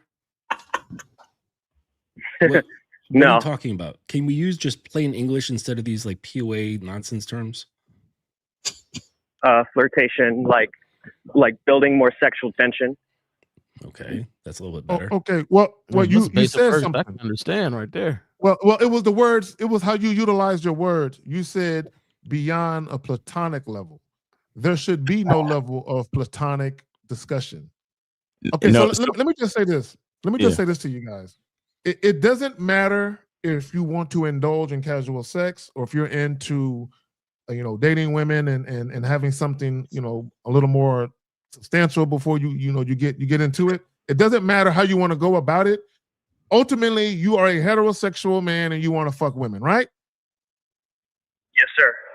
Okay. So what you guys have to understand, when you are approaching or talking to the women you're dealing with, you're interacting with women you are attracted to, you need to let them know what you really want to do. Along the way, it doesn't hurt to flirt a little bit, right? It doesn't mean you have to be all romantic and super smooth with your words and making shit rhyme and all of that. No, you can have a real conversation with a woman. Now, let me ask you a question real quick, and I'll pass it to the fellas. Are you interested in taking this woman out on a date? What are you trying to do?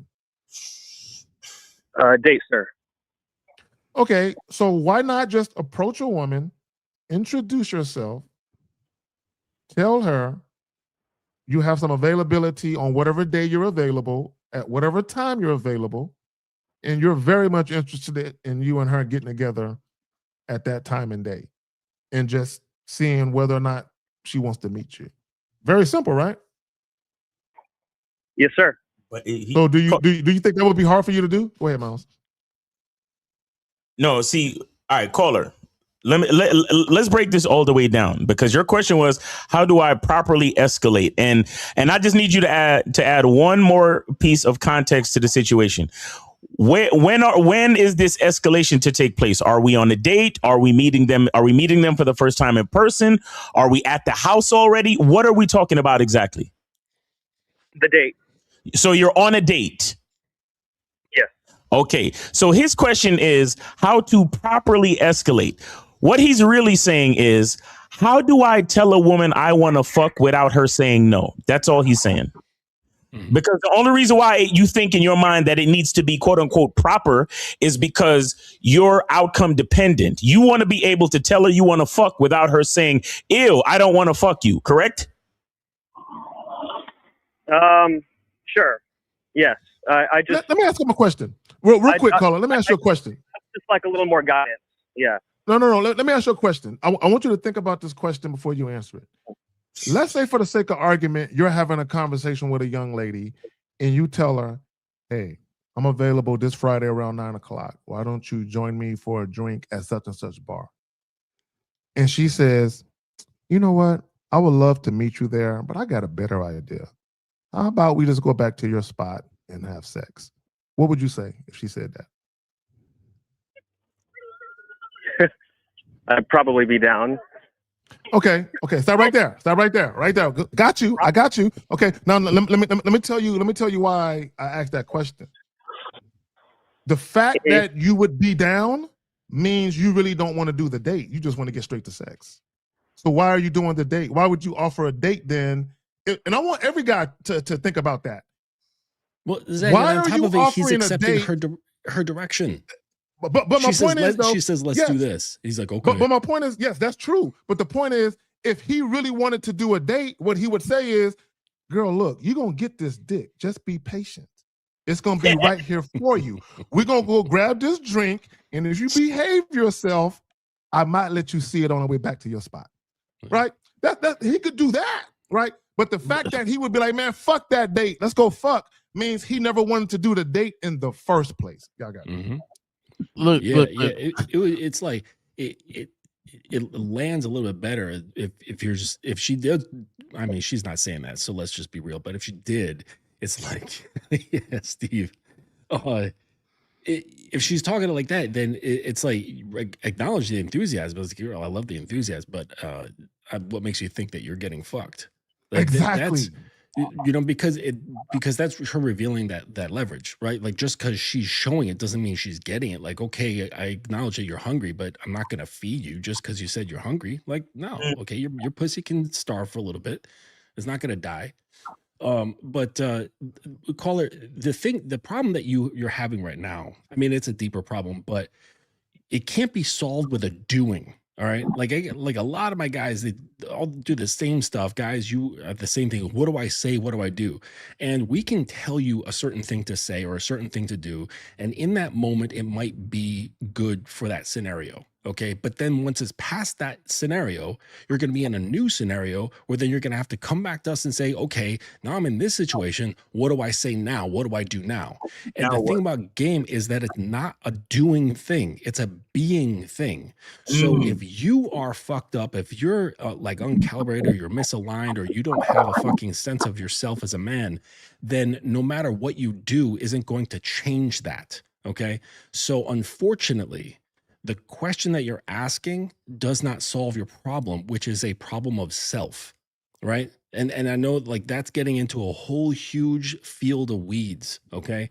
And that we can't answer that with a call. But the thing is that you're asking the wrong question, all right? But it's good that you're asking the question because it's actually going to bring you to the right answers, which is you have a problem with self, you have a problem with your identity, your masculinity, and once you get that sorted out, you never have any problems talking to girls. Like you won't ever have this question ever again. So it's like, stop trying to, like, imagine you got like a sick tree, okay? And you look at the leaves and like, oh, look, there's the leaves are sick. You're trying to attend to the sick leaves when really the problem is down in the soil. You have to go down into the soil and attend to that. Then you have a completely healthy tree from root to leaf. Does that make sense?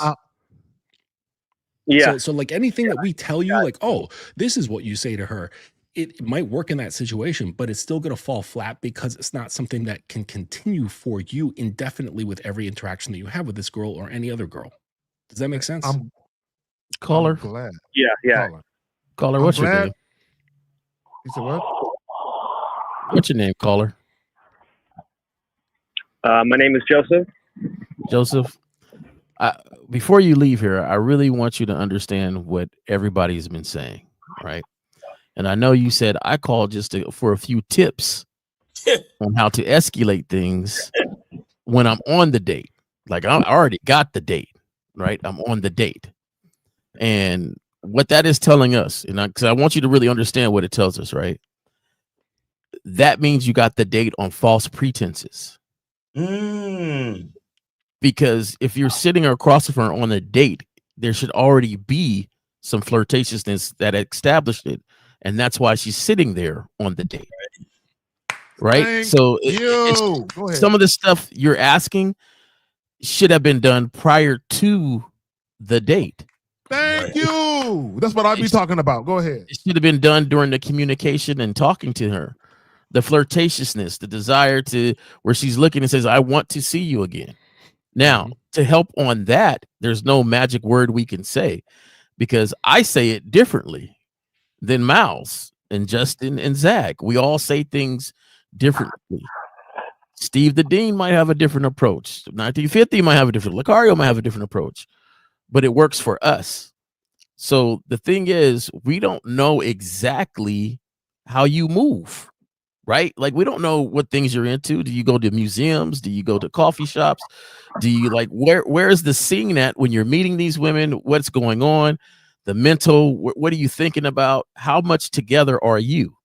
And so that's where we encourage, hey, you might get some coaching. So somebody can get to really know you to say, this is what would be best for you if you say it in your way. And at the same time, you learn how to be you, where you won't have to call and say, what do I say on this date to escalate it? Because you would already know I move with escalation. When I met her, I said this to her and I made her know what I was looking forward to doing. Do you kind of understand what I'm saying? Yeah, it makes Caller, right. Well, it's a lot to digest, but it makes a lot of caller. See, a lot. What's really happening, your whole, when you called in, everything about it is disingenuous, right? And I'm gonna tell you why. Because what you're really asking is, how can I verbalize my desire to have sex where it's more of a guarantee that it will happen than not happen? Right. That's what you really want to know, That's right? it. That's what you really want to know. You really and you gave yourself away when I said if the woman said fuck the date, we can just get the fucking. You're like shit, let's go, right? So what you really want to know is how to have sex, right? So the first thing, and Justin, you hit the nail on the head earlier. You alluded to the fact that once you're rooted in your identity and you know who you are as a man, the byproduct of that is women will notice that they will see the value. The women who are meant to see the value will see the value. Not every woman you encounter will see or appreciate it, right? Those are the women you shouldn't be dealing with. But this is what guys don't understand. Once you actually know who you are, you love who you are, and you celebrate who you are, and you showcase who you are when you meet women, the byproduct of that is you're going to encounter women who are feeling you. And those are the women that you deal with. Y'all got it. Well, I gotta bounce real quick, but I just want to say, caller, that the date is not the time. It's not like I hear your thinking like, okay, I set the thing up and then like on my online profile or you talk to her and then you set up the date, you get on the date, and you're like, okay, now I'm in the date. Now's the time to escalate. In your terms, because I don't use that POA nonsense. If you like, escalation should start with the moment that you connect, whether it's in person and you're saying hello, or you connect on the dating app or social media, wherever you're connecting with the girl, that so-called escalation happens right then and there, right? Because she's entering your world. That's where like you don't like do sex, you don't do flirtation. It's like you are sex. Like that's you embody it. Like, right. It's something that just exudes from you, right? Like that. It's like an energy field that she's coming into. It's nothing that you're performing. It's nothing you're like switching on or taking out of your pocket and like, okay, let's do this. You know, which card do I play in my Pokemon deck? It's nothing like that. It's just something that you embody, and you can't embody it if you're coming from a position of self-rejection, which I almost guarantee that you are. So like you've got like a root basis in this that extends long into your past. So you can't really like, my point is that you can't like learn tactics. You can't like go on YouTube, even though you probably already have, and like look up like how to flirt with girls, how to escalate, how to do this, how to do that, because it's not a matter of doing it. Like none of this shit is a matter of doing, right? It's like I can teach someone fucking like all the music that Mozart wrote, okay? But it's not gonna fucking turn you into Mozart. You see what I'm saying? Like if you play his songs, you're not gonna be Mozart. Like it's just not gonna happen. So you're not gonna. There's no tips or tricks or tactics or anything like that. Because when you get this shit sorted out from like a root, like fundamental foundational level of like who you are, which is your problem, not what you're saying, all of that stuff gets sorted out. And then the most benign things that come out of your mouth can be sexual. You can just tell her that you like her outfit, and that has more sexual charge than having the most flirtatious comment, right? Because of the way she views, because it's right, because it's who is saying it, not what is said or how it's said. It's who has said it.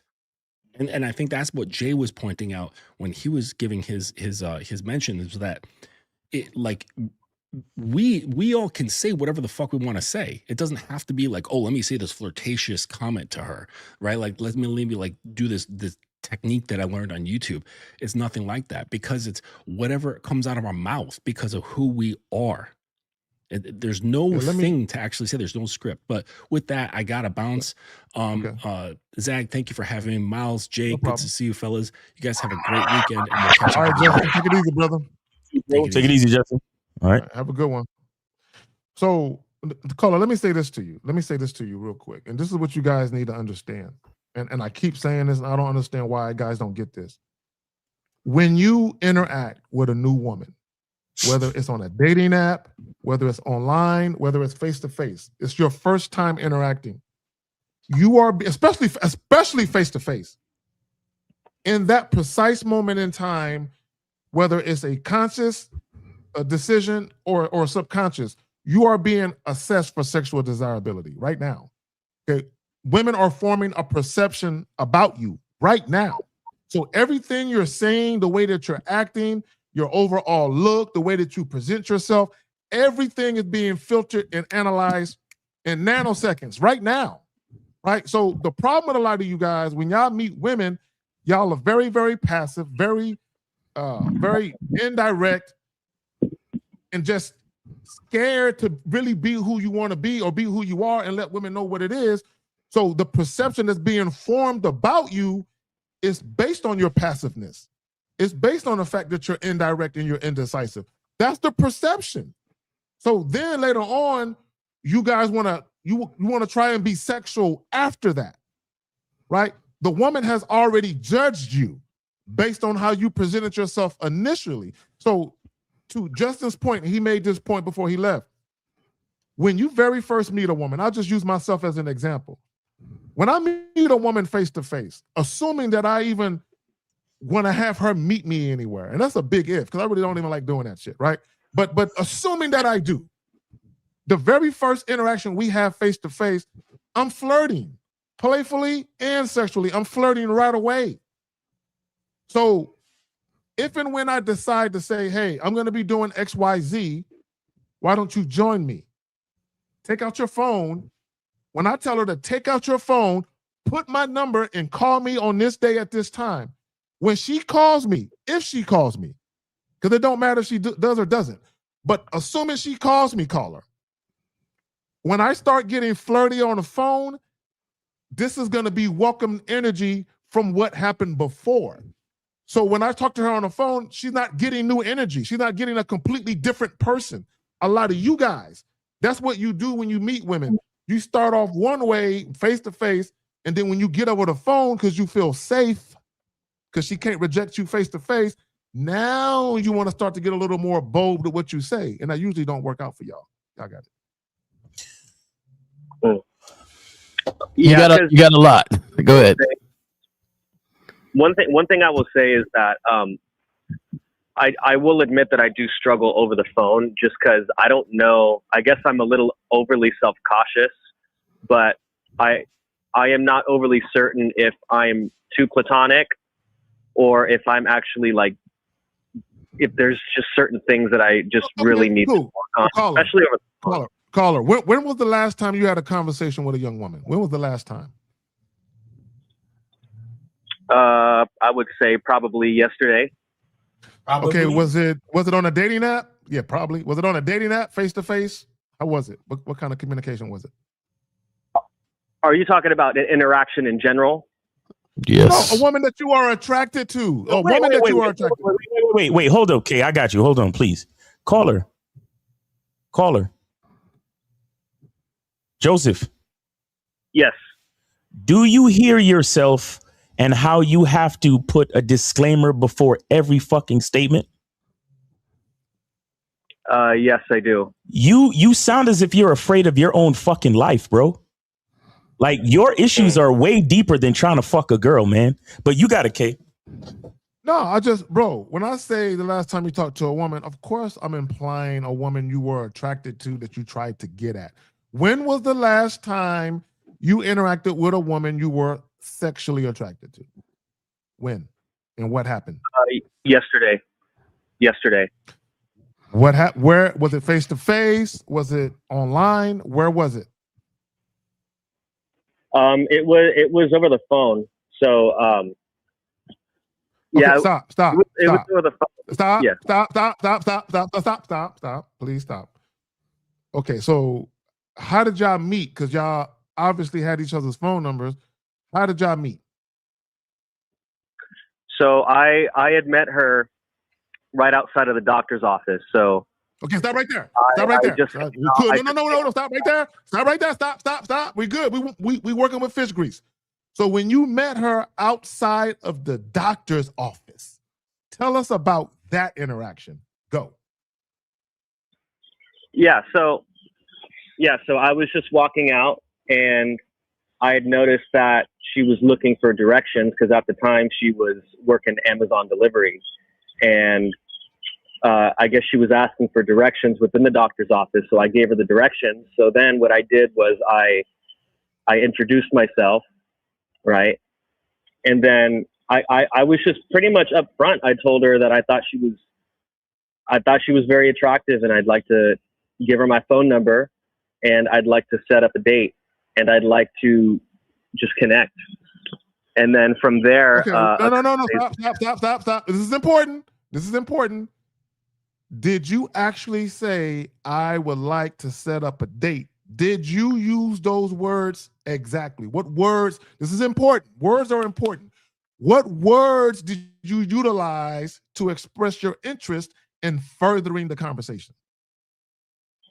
So I said I wanted to connect on a more deeper level. That's what I said. You said deeper level. Is that what you said? You said deeper level? Okay. Yeah. What does that mean? Yeah, that's what I said. What does that?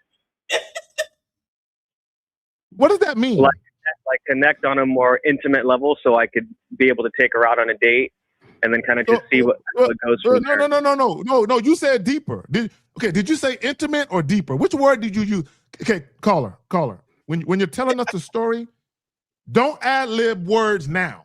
Tell us the exact words you used in conversation, because we're trying to help you understand where you went wrong. So it's important. What word did you use? You say deeper, more intimate? Deeper. What did you mean by deeper? Yeah. Go deeper with that. What did you mean? What did you mean by deeper? Like more intimate level, like just like more like on a more sexual level, you know. So hold on. Hold on, caller. What was she supposed to deduce? Yeah, that's a word for y'all motherfuckers. Was she supposed to deduce from the word deeper that you meant sexual? Were you hoping that she understood it to mean that? Yeah, that's what I was kind of hoping. Yeah. Oh, so she walking around with a Manthesaurus. Like, you was hoping she would take it as that.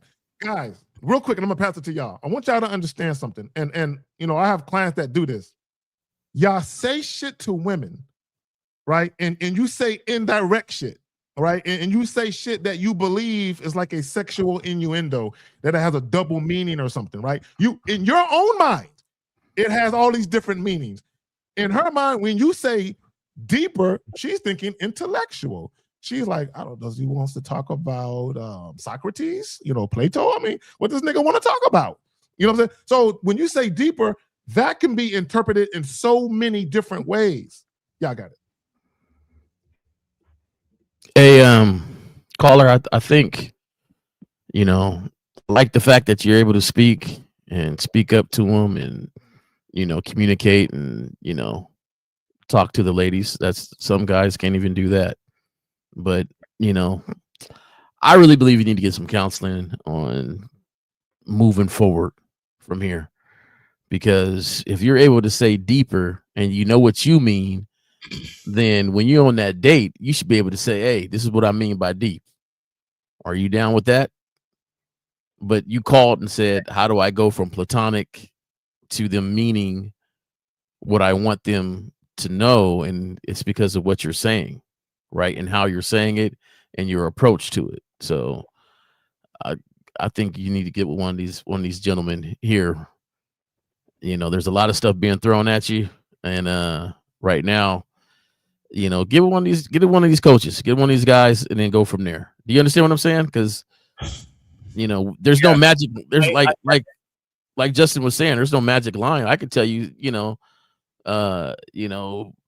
send her a text, tell her what color panties not to wear, and, you know, or what panties to wear, and, you know, all this other stuff. But you're like, whoa, that's, you know, I'm not comfortable with doing that. And, you know, and then Miles could tell you, you know, say something like, hey, I got some new soap from somebody I want to use. Like, there's all sorts of stuff that could be said.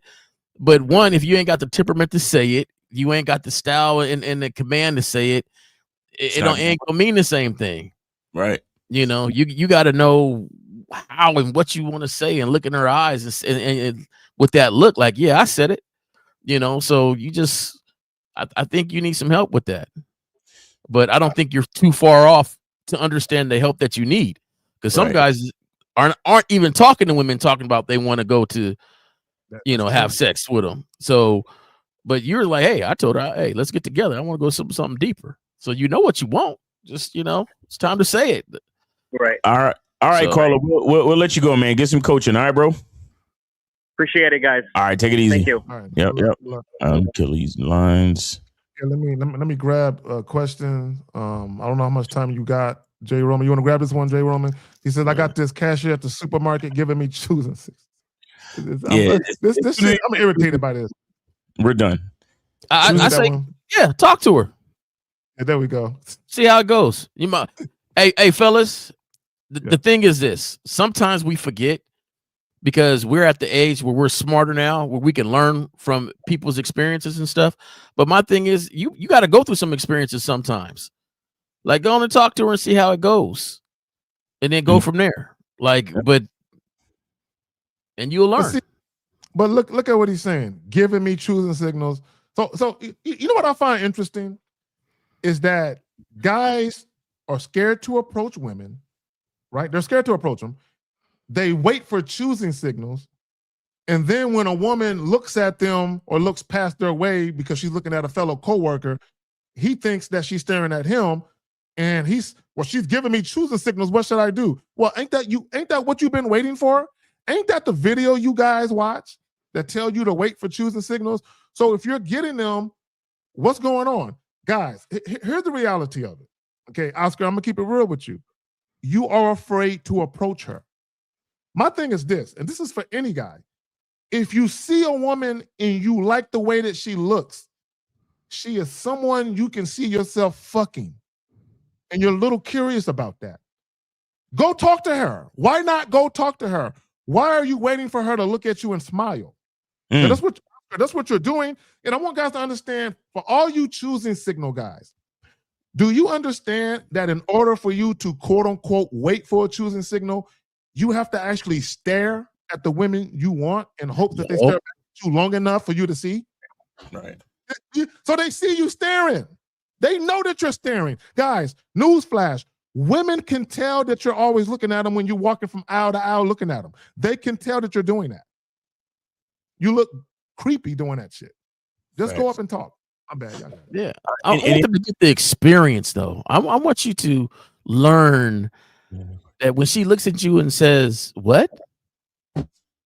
You realize, oh, she wasn't just looking at me. She's smiling and being polite because she's at work.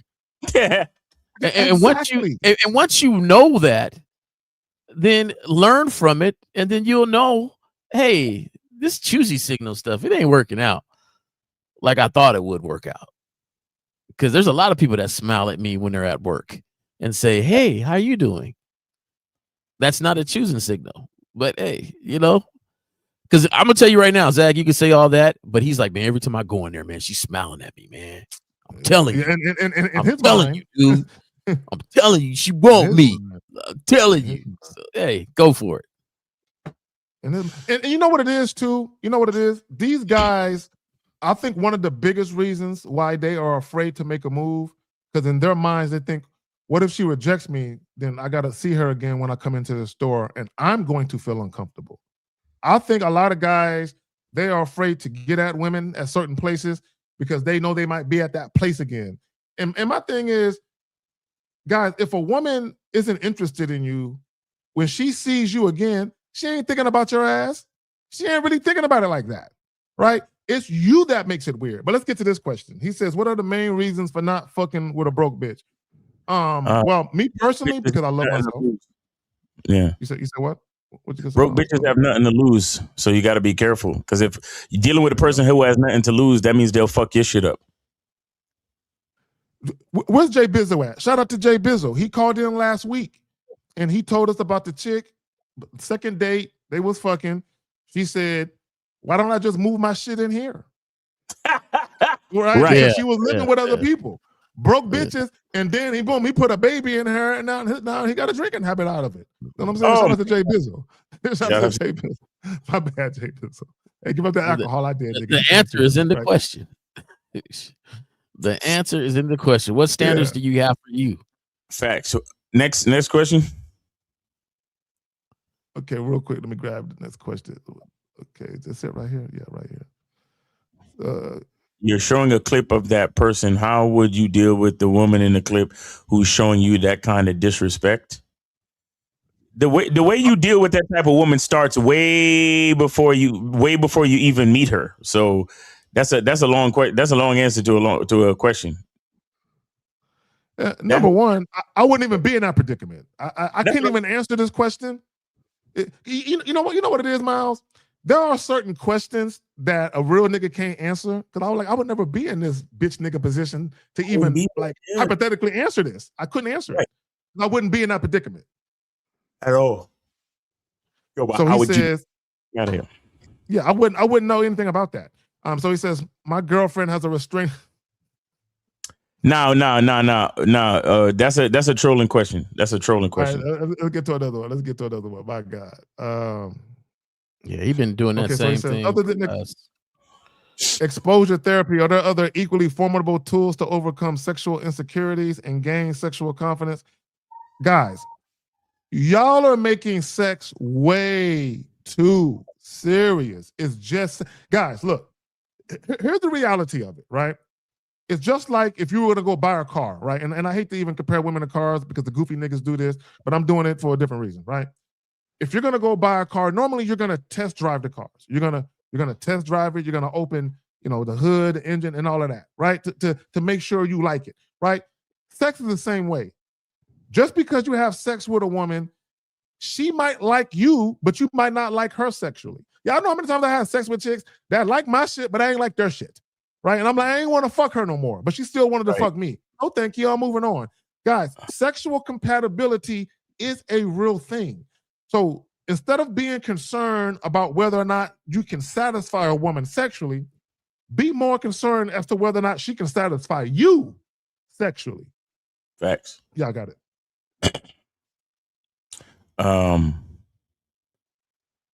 Yeah. I don't know. I think he just got to start with confidence and being, start with gratitude. You understand? Start with gratitude, because the problem with this is that I think you're putting too many expectations on sex itself. You're putting too many expectations on yourself physically, and so that's always gonna fuck with you. That's always gonna fuck with you. No, I ain't gonna comment. It just, some things you got to go through, man. As a 23-year-old introvert, find out the things that you're interested in and appreciate your own interests by finding events and situations in your city that support your interests and go to those events.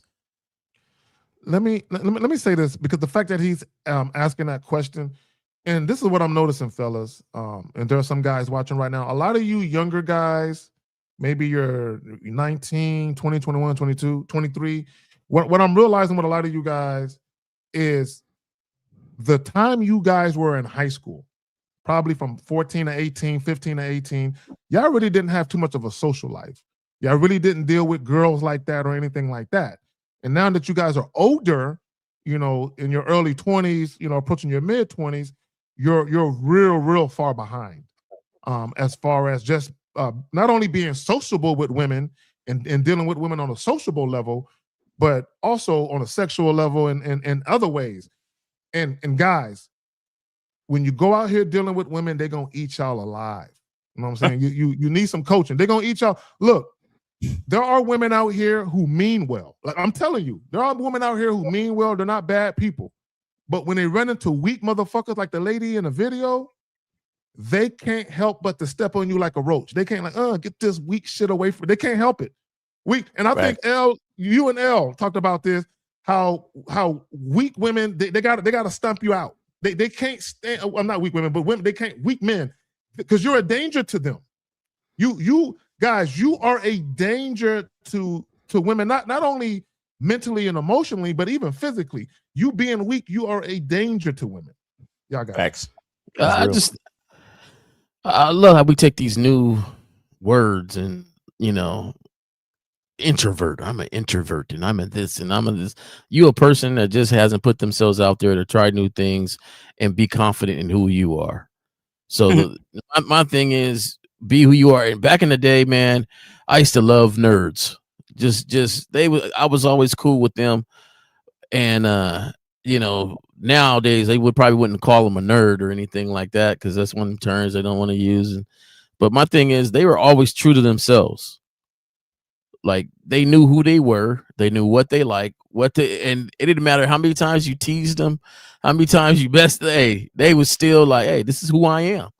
This is, and my thing is, you can't be afraid to be who you are, and now you just got to go try new things and do different stuff, and you got to put actions behind words.